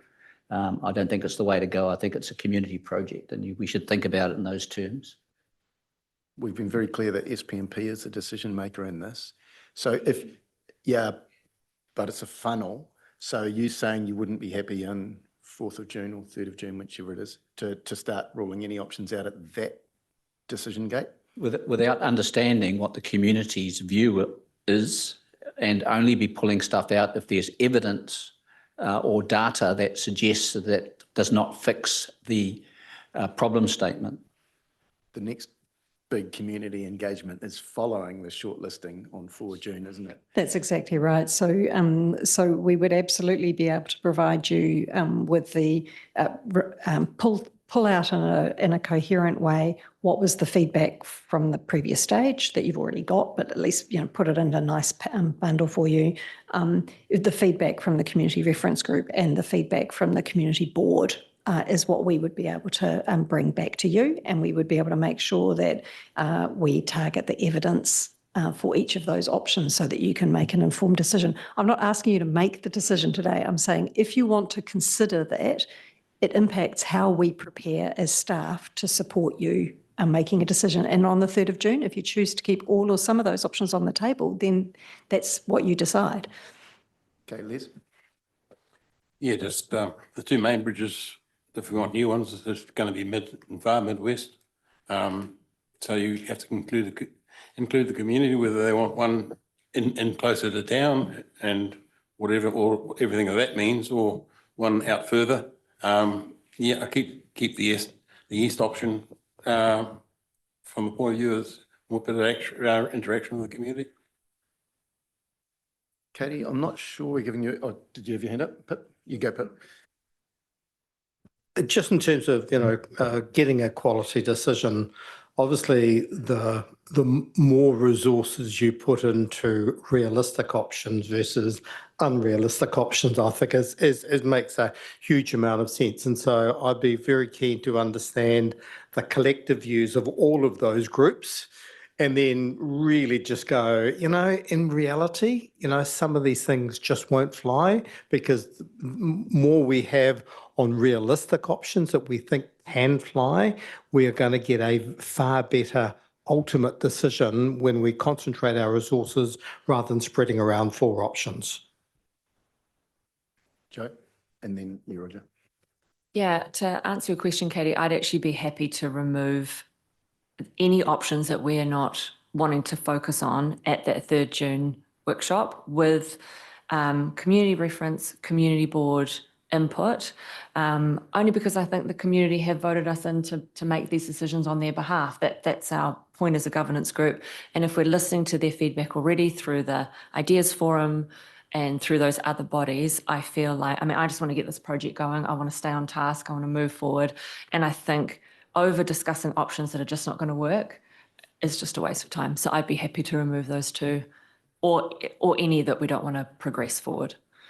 Can I just, and I hear you don't see any danger of repeating last time where we went public with an emerging preferred option, which was what was particularly offensive to members of the public. And it's similar. If you start cutting options out now, it's not an emerging preferred option, but it's an emerging preferred group of options prior to them having their 2nd round of engagement on it. I mean, possibly, but if the options are really not good options and the data doesn't support it, and those 2 other governance groups or community groups that we're constantly engaging with, if all of those things are pointing us away from those options, I'm not sure why we would waste more staff time, resources looking at them. Okay, I'm not disagreeing with you. I was just testing the argument. I had someone over here, Roger. You reflected on what I was going to say, and I thought about the last time we went through the process and we came out with a reduced number of options with a preferred option.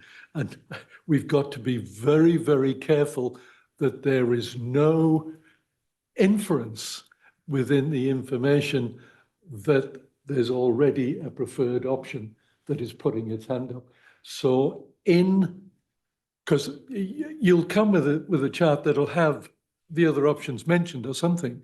So there's got to be some statement of why they were not further considered to withdraw that inference that we've already made decision.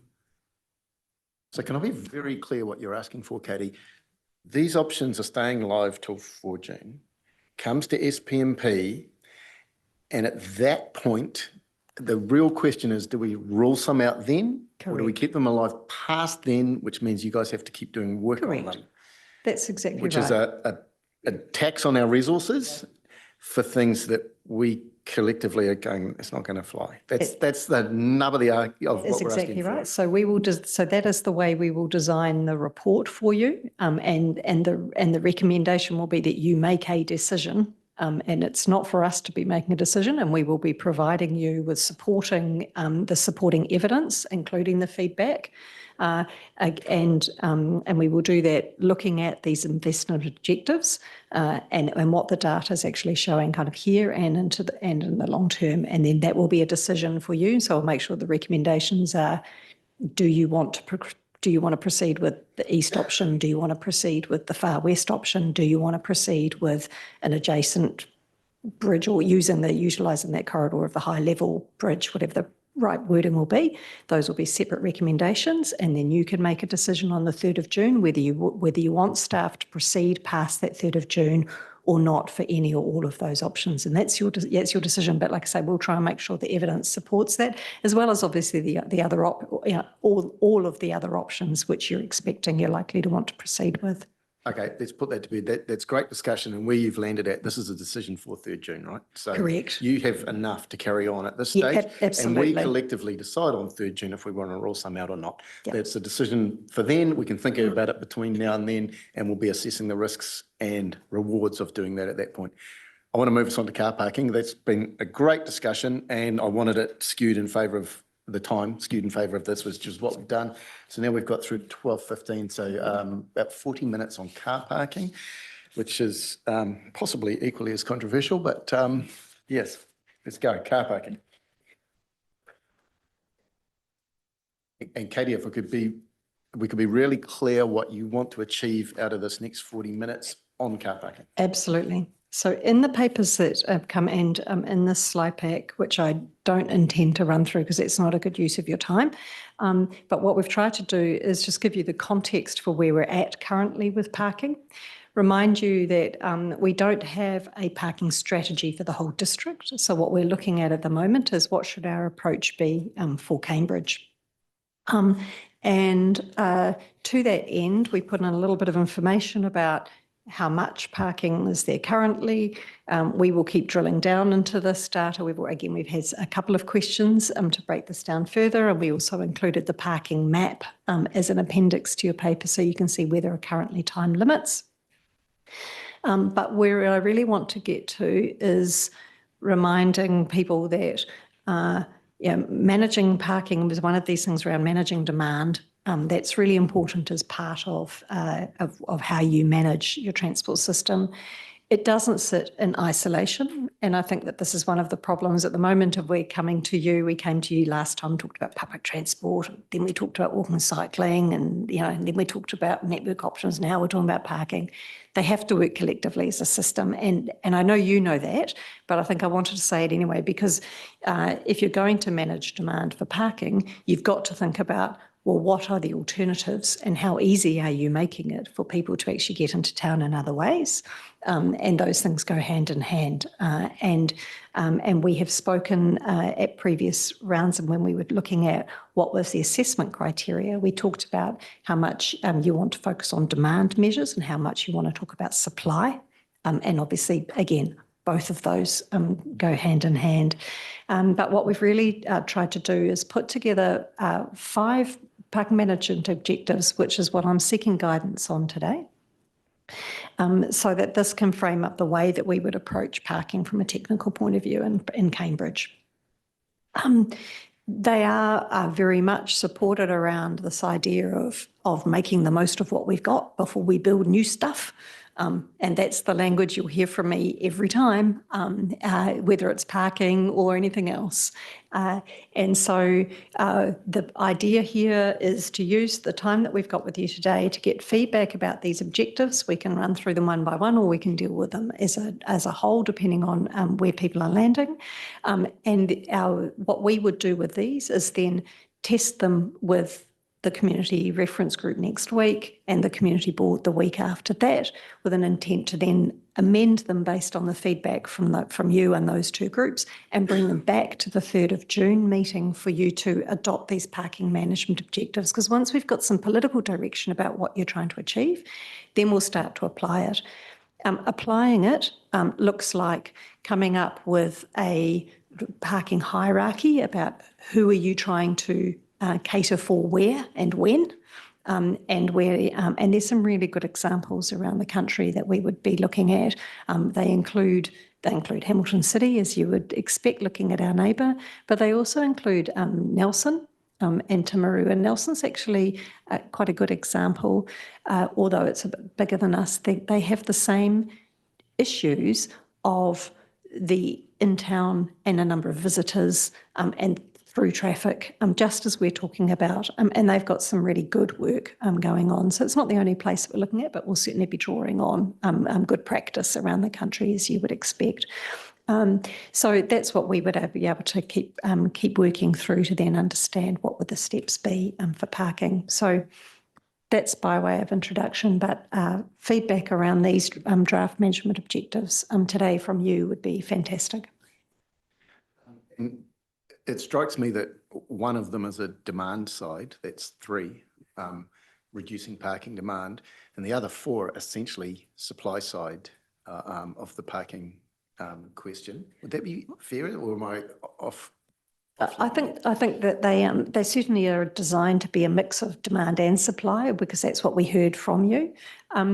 So certainly, like if we think about supply, so the safe and accessible parking facilities, that is important. I mean, that's both about the sort of sufficiency, but it's also making sure that, if I use examples, one of the current tensions is between those people who are parking in town to work all day and people who are coming in to spend their money. and which speaks to the supporting the vibrant town centre back up in number 1. So you want to make sure that the way that we roll this through provides enough parking for those who need to be there all day, that it's close enough to where they work, and that they can get to and from their cars safely. So it's not in some dodgy place with no lighting, for example. And so that's an example of how you would play out, making sure that you've provided properly for the workers who are there, but you would also want to make sure that you're making the use of your main street for that turnover of people who are actually wanting to come through, just as we're already sort of testing through some of the parking trial work. So there is very much designed to be a mix of demand and supply. Okay, look, should we go around the table again, or do you just want to fire questions? Check. I'll do a round table because I think it works really well in workshops, but let's do a couple of questions, then we'll do a round table, okay? Question, go for it. Yeah, the data is really interesting. The definition of what we're looking at for the town centre, that actually, am I right in saying that goes out to Hamilton Road? So we're talking about the enlarged urban centre of Cambridge, not the smaller, what we used to call the CBD, but limited by the roundabouts and, you know, the shopping centre of Cambridge. When we're looking at the 1,300 car spaces. Yeah. Brian, do you want to come and add to this? So I'm just going to say, remembering from a 30-year perspective, we're trying to start from a principled approach because there will be centres over time that need a parking approach applied. And so, Brian, I know has spoken to you in relation to Cambridge Connections previously about some of the requests that we're getting from shopkeepers in Leamington, for example. So, and as Hautapu grows, then we'd need to think about how do you manage Hautapu. The pressure around the high school might mean that you have particular treatment around the high school or other key points. So it's certainly broader than just the town centre that we would be looking at when we think about parking as a whole. But I'll ask Brian to comment and in particular what we think about the CBD itself. Yeah, so the parking data numbers you have in that table reflect what's in the map, where we have mapped individual parking spaces around the town centre and where we have conducted parking use surveys historically. So yes, you could, if you wanted those numbers to be bigger, we could just throw that net wider and go to all the streets around there. But the data you have is just so the spaces that are marked on the map and where we have individually counted them. It was the relevance of how extreme it is, because in looking at the number of time restricted parks and hence the number of non-restricted parks and the question of how close are they to possibly a work destination or a medical or whatever, you know, the extent of that footprint, I think is important. But So you're it's saying relatively tight now, you know, probably within 500, 600, 700 metres of the CBD. But if you think about many locations, other towns and cities, the parking that's being used for a CBD area often extends out 1 kilometre or 1.5 kilometres away, and people are heading there very early in the morning to get a free parking space. So, but of these 1,300, and again, it's just clear, I'm just trying to get clear in my mind, of these 1,682 spaces, there's actually only 500 of those that are time restricted. yes, you're quite correct. Yeah. And that's within a walking distance to town? Yes, you're right. All of those time restricted spaces are typically... No, it's the non-time restricted ones. Yes, the non-time restricted ones within easy walking distance. Yes, within 3 or 4 minutes walking distance. Is it fair to say those numbers relate to the map? Yes, they do. Yeah. So the map and the numbers correspond. Yeah. Okay. So any more questions? I will do. There was a question here, and then we'll do a round table on these draft parking management objectives. Comment, critique. We'll do round table. I thought I had a question over here. I had my hand up, but it was. Or a comment, critique? Well, it's a round table thing, so. Okay, cool. All right, I'm going to start with you, Joe. We're good for time. We've got plenty of time. Let's give us your thoughts on these. Okay, yeah, thanks. Overall, I definitely support all of these objectives. I think you definitely cover all of the issues that we're facing in Cambridge, and it's good to see that the Chamber of Commerce are on that community reference group and you're connecting with them because they have been long-term advocates for parking change in Cambridge. So that's really good. Can I just interrupt and I just comment that I'm meeting separately with Kelly Bouzaid on Monday so that we can think about how we engage directly with the Chamber as well as having Kelly's voice as part of the community reference group. Great, yeah, that's awesome.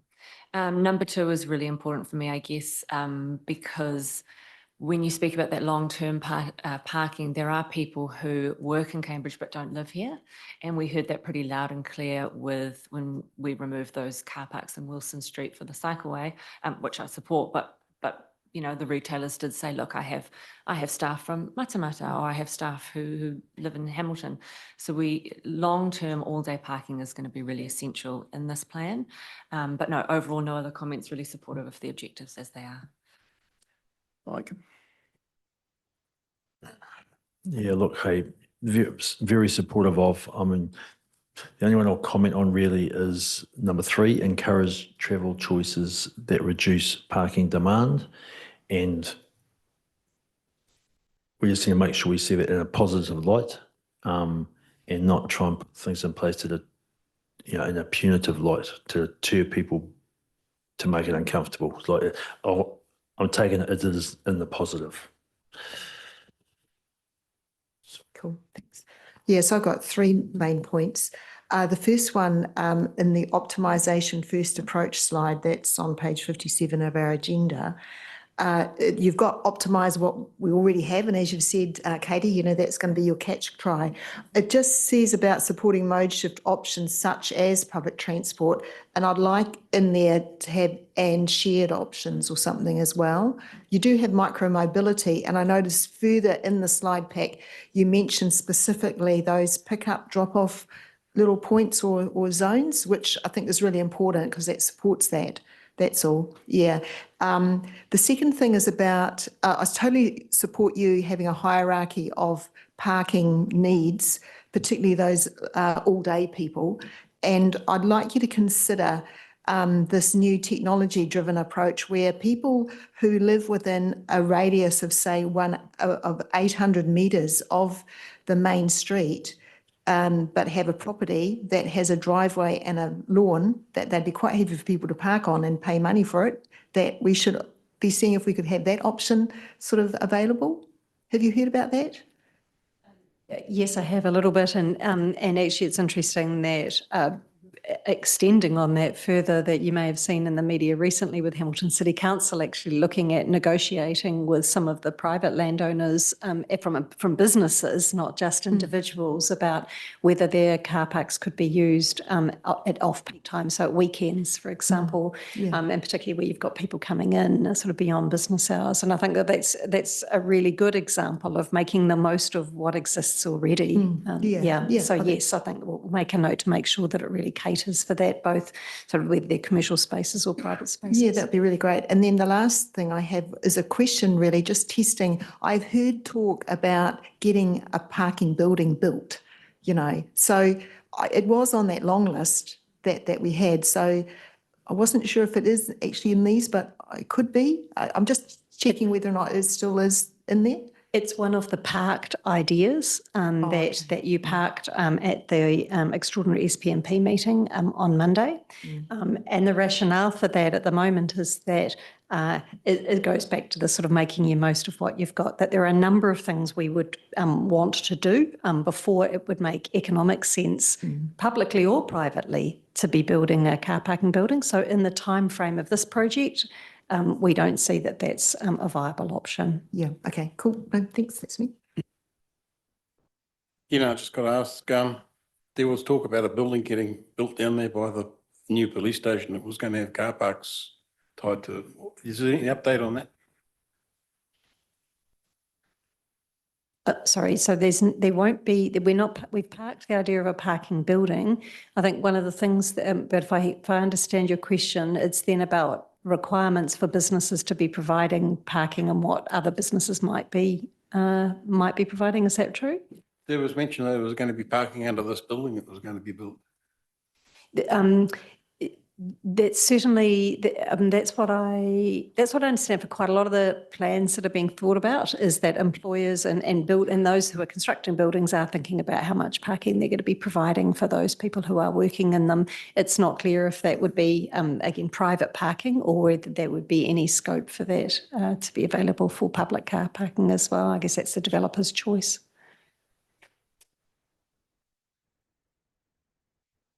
For planning purposes, and I think your objectives are sort of, very well, outlaid there. My only comment would be that over sort of a period of time, I think we've sort of, we do have to use the stick, particularly, and the stick will apply to those people who are just driving into town and staying there all day. I mean, having come out of Auckland, to try and find a car park that anywhere near, close to town is damn near impossible. So I think over a period of time, we almost have to have a bit of a sort of a sinking lid approach with sort of, unfortunately, the people who are going to miss out in that lid are the people who just sort of want to drive into town and sort of, park outside. So I think we have to have a bit of a long-term plan to sort of think at what stage are we going to just, really strongly discourage people. So, and I think the other thing is sort of, because of our financial position and sort of, and many other issues, we can't build a car park building just because it would be nice to have a car parking building. It has to be commercially viable. So we should almost be saying, hey, we'll make a car parking space available, but it has to be sort of run by the private sector, who will mean that sort of they have to make a truly commercial decision, as opposed to we're going, I think we should build it because it would be nice to have.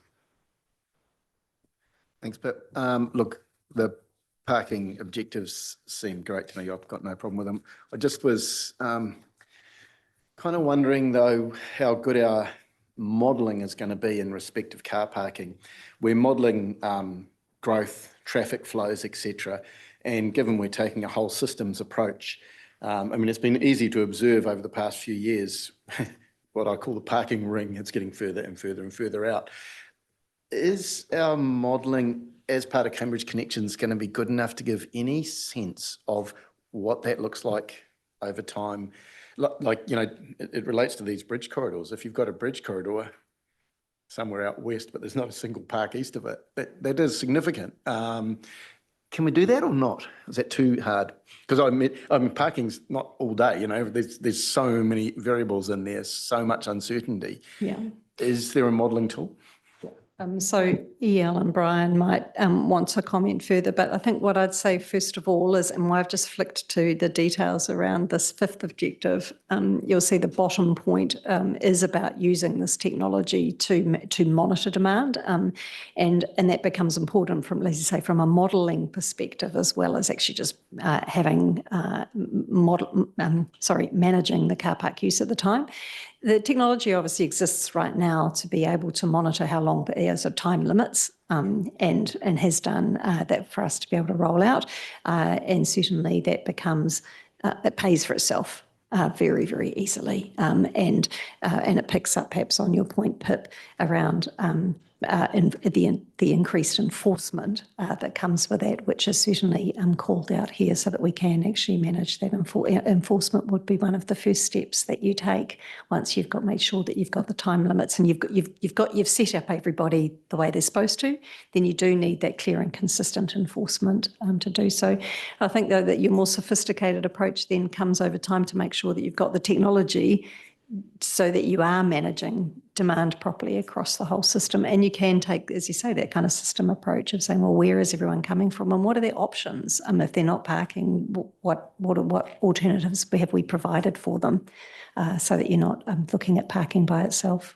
Is there anything else you want to add about that, EL? I guess, as always, applications and systems change really rapidly, and it's around the investment in those versus utilising the technology that is already out there. I do know other locations in terms of managing parking spaces needed some type of verification system that the car is parked in the location and for how long, like putting your number plate into a meter, gave you really clear data. There were previously, and I maybe recall the sensors that were in car parking spaces, but ultimately when you reseal a road, you have to replace the sensor. And so that sort of technology is now pretty redundant, apart from private car parking locations where you see the green lights and red lights in a car parking building. So it is actually around us looking and understanding what parking data is there, but it's pretty new in terms of modelling, in terms of that query, but it's something that you can continue to look at and actually ask the question, because someone may have it. Yeah. Okay, thanks. Marie. As long as we are moving in a space where, you know, livability and safety, because I know that we are constrained with space. I'd love to take cars and parking right out of the middle street, the main street of Cambridge. I know that would ruffle feathers, but it would be safer and it would be nicer, and the emissions would be gone from the middle there when you're shopping, and especially when you're eating at the cafes and you have, you know, some dirty diesel young fella come through the town boosting his diesel through there. And I think, you know, as we move into a time where climate and emissions are a real problem that are aiding to the other aspects we have to climate disasters and stuff, yeah, I'm quite happy with how the consensus goes. But as I've said, through the whole messaging is thinking about environment, because at the end of the day, in 20 or so years' time, when we won't be using, when some of us won't be using that street, are we setting it up well for the future? Thanks, Marie. Shane. With technology, etc., I think we should be heading towards a system that there is payment for parking, and a system that you have to put your number plate in it, and a system that enforcement is easy, because the system tells you that someone's been there longer than the 2 hours that they put in there. I'd be very interested to know if there's a return on investment in terms of parking system. But if you want to change people's behaviour, you put a dollar sign in there, and it's cheaper to catch the bus than it is to park in town for X amount of time, they'll be catching the bus. So I'm very keen to look at the possibility of understanding the technologies that are out there and payment for parking. I know Hamilton's got like the first 2 hours are free. It's because you want people to come to town to shop, and you want to have the retailer support the options. But then after there's a cost. So yeah, I'd be very keen to focus on that, because that does change behaviour. I just thought I'd flick through to this slide just to note that the opportunity for parking is provided here in the third bullet point, along with that enforcement. And so again, it will be council's decision about which of the carrots and which of the sticks you rely on and when those get introduced. But you're right about the use of technology to be able to provide to do that. And that was really my comment before about the fact that actually the investment in the technology really pays for itself. Yeah. Thanks. Look, can I have an opportunity to speak, because obviously my team's involved with the enforcement side of things. So just dealing with some of the comments that have come through, I just really want to highlight in terms of, if I look back in the history in terms of numbers of complaints and infringement tickets issued, they have increased over time. So if you go back to 21-22, we had about 290 parking complaints. In 24-25, around 464. So increasing over time, and people concerned about car parking requirement, parking enforcement, particularly in our CBD areas.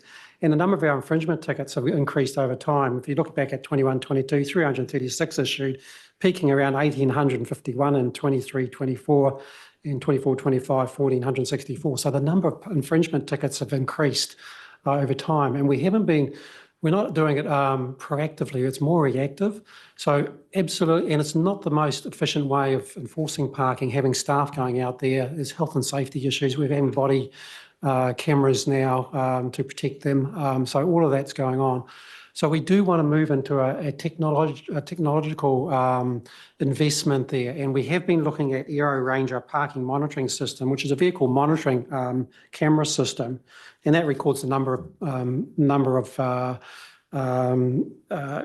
number plates that when it goes around. And we did a test back in 21 July 25, and in 2 hours driving the TA and Cambridge CBDs, 4,400 plates were checked, 84 violations. So we can do that sort of thing.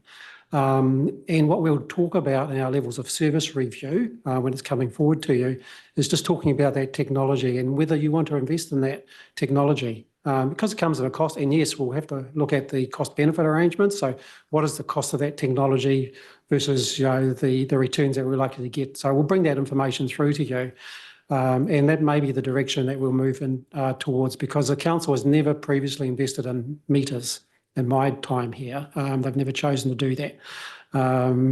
They've always wished to keep that open in terms of allowing people to visit and invest in our, come along and invest in our CBDs and our shops and those sorts of things, and not create disincentives. But there is this level of enforcement that can occur through technology, and we'll bring that forward at a later point in time. So thanks for that opportunity to talk about that point. Thanks, Wayne. I think we're up to Roger. Your view on these Yeah, thank you. objectives? And just quickly, I mean, supporting the comment on the use of technology, and having talked to the parking warden on the streets of Cambridge, just aware that there are some habitual abusers of parking in the Cambridge main street. And the fact that we've got a limited level of fine that we can impose, to them, that's an acceptable expense and cost of running a business. So I think that that's one of the challenges that we've got to overcome. Just looking at the future again of the Cambridge CBD, when we did that run around, we saw that the inside of Cambridge is starting to get that redevelopment.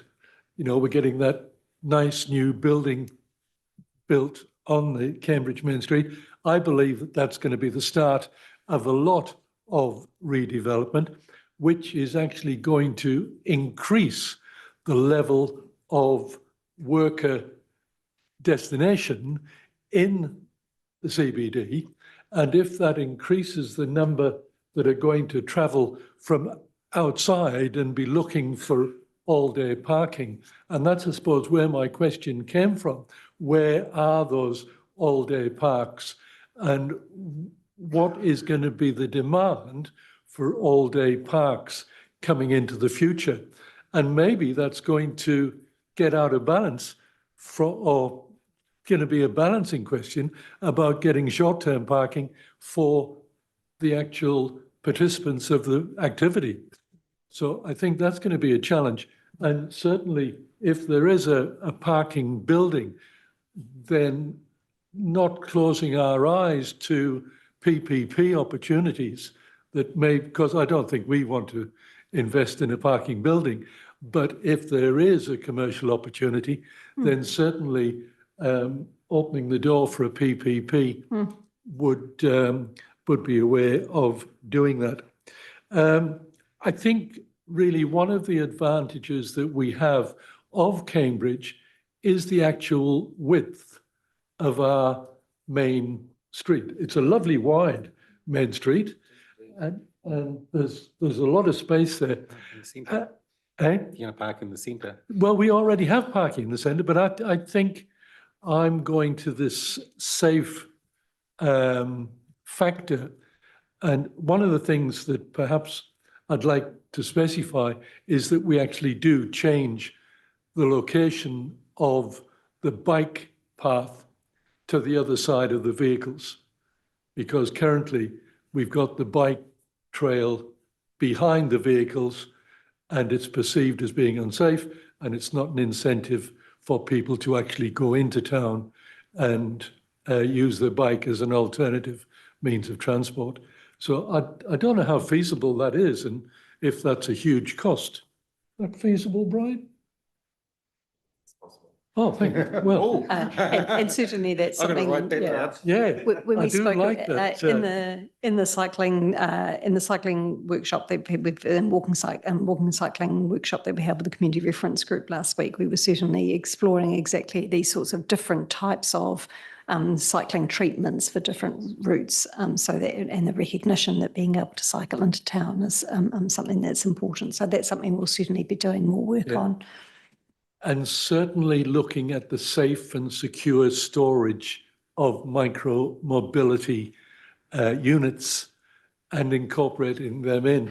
And I know that in some regards, we're going to have to take out parking spaces to actually put in micro mobility parking spaces because you can't have both. So I just think that that's relevant. I certainly think that they're included in those, and I suppose I'm just specifically mentioning those as a priority. But I do agree with your objectives that you've listed, 1 to 5. Thanks, Roger. I'm hoping you put those cycling and micromobility ideas down on the sticky at our last workshop. Right, Shane. Dean, sorry. Yeah, thanks. Yeah, I agree with the 5 points. I think they're good. Some of the points that interest me. I think if parking's one thing, we've said that if we get the whole integrated thing right, we're going to solve some of the other issues, and there's issues anyway, and environmental issues and safety issues. So if we get it right, we're going to do a really good thing. And also in terms of extra parking, obviously the ability to share existing parks when it's appropriate. As a person that goes to events, it's really annoying. For instance, you go to Hamilton, you go to Clarence Street Theatre for something and you can't park in that whole car park in front of all those shops because it's banned. And it seems so, unfortunate. So sharing when it's available, if we can negotiate that, that would be good. And private partnerships in the future for more parking, that would be good. I personally have always thought that signs around parking should be clear. And I don't believe ours are because it only tells you how long you can park for. It doesn't say when it applies. I've been told that it's only during business hours. I think it should say it. So if I want to go to the movies and tell me to at night time, I know I can park there. And if I go longer than 2 hours, that technically I haven't broken a bylaw. So I think it should say the times and the days if it applies to different days, if weekends don't apply. My personal viewpoint. And around the event places, so I mentioned that because this is where I mostly run into parking in other towns and cities is because I'm going to an event.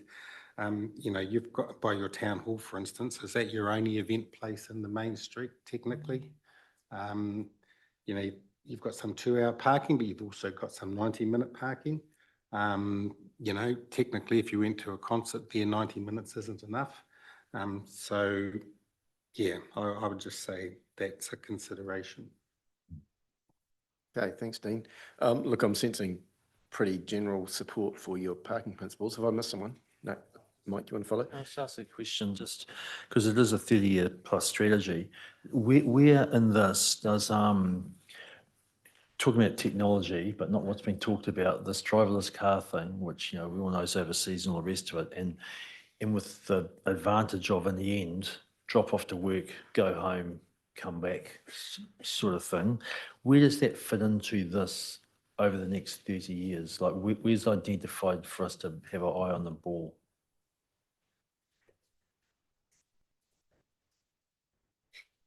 The answer is it comes in here in number 3. So if you'll see in the box about what we want to achieve, and this picks up on Claire's point about the shared travel. Shared travel might be 2 people, but you're right that Claire's point was about providing for sort of drop-off zones, which is your autonomous vehicle kind of idea. And certainly like in places like New York, they charge for drop-off zones. And in a place like New York, because they're quite a lot bigger than Cambridge. They have variable charging for drop-off for you because they value their footpath in that drop-off zone. And so they have variable charging at different times to encourage people to drop off, particularly if it's sort of an Uber or anything else. They'll drop you around the corner and it'll be cheaper than dropping you outside the door at peak time. And then you can make the call about where you want to go. So they're very much using pricing to manage demand in a very large city with very large congestion. So, I mean, it's not an example that's relevant right yet, but the point of view of using that example is just say the technology exists, it is being applied elsewhere, and so we can think about what's appropriate for our scale of issue here to be able to actually manage that demand. And so driverless cars will come in here. All those kind of drop-off options would come in here. But I certainly take the sort of comment about, I think the feedback I get overall is that you're very happy with parking management objectives. You've made some specific comments that will make sure that the language that we've got on each of the detail of them really reflects the comments that you've made today. And we've made, yeah, that's right, and particularly about the use of technology and giving that more visibility, for example, in the way you've talked about that. And the same about, and therefore about the drop-off spaces. The other key point is about, again, making sure that we've really catered for the ability for the use of private spaces, whether that's commercial land or private land, and in any kind of partnership arrangement as well, whether it's for events or actually sort of cater for things in town. So we'll round that out. And then add the feedback from the Community Reference Group and Cambridge Community Board to bring it back to you. I think one of the things that then sort of what's in my mind as that kind of next step is that you know, sort of the next step is, as I say, sort of develop that parking hierarchy about making sure that we and that the, what am I trying to say? I'm getting hungry, you can tell. The parking hierarchy is the next step, is the useful time to then be able to make sure that you're still managing parking and you're taking the next step when you reach triggers. And so when you reach, and you will set you'll set that trigger. It's quite a common practice to say when you reach that kind of 85% of utilisation, then you might look at taking, you know, introducing your next step. For example. And so then it doesn't matter how quickly your town grows. You've already, in an objective way, decided when we reach this trigger, here's the next thing we'll do. When we reach the next trigger, here's what we'll do. And so you can flex about those things over time.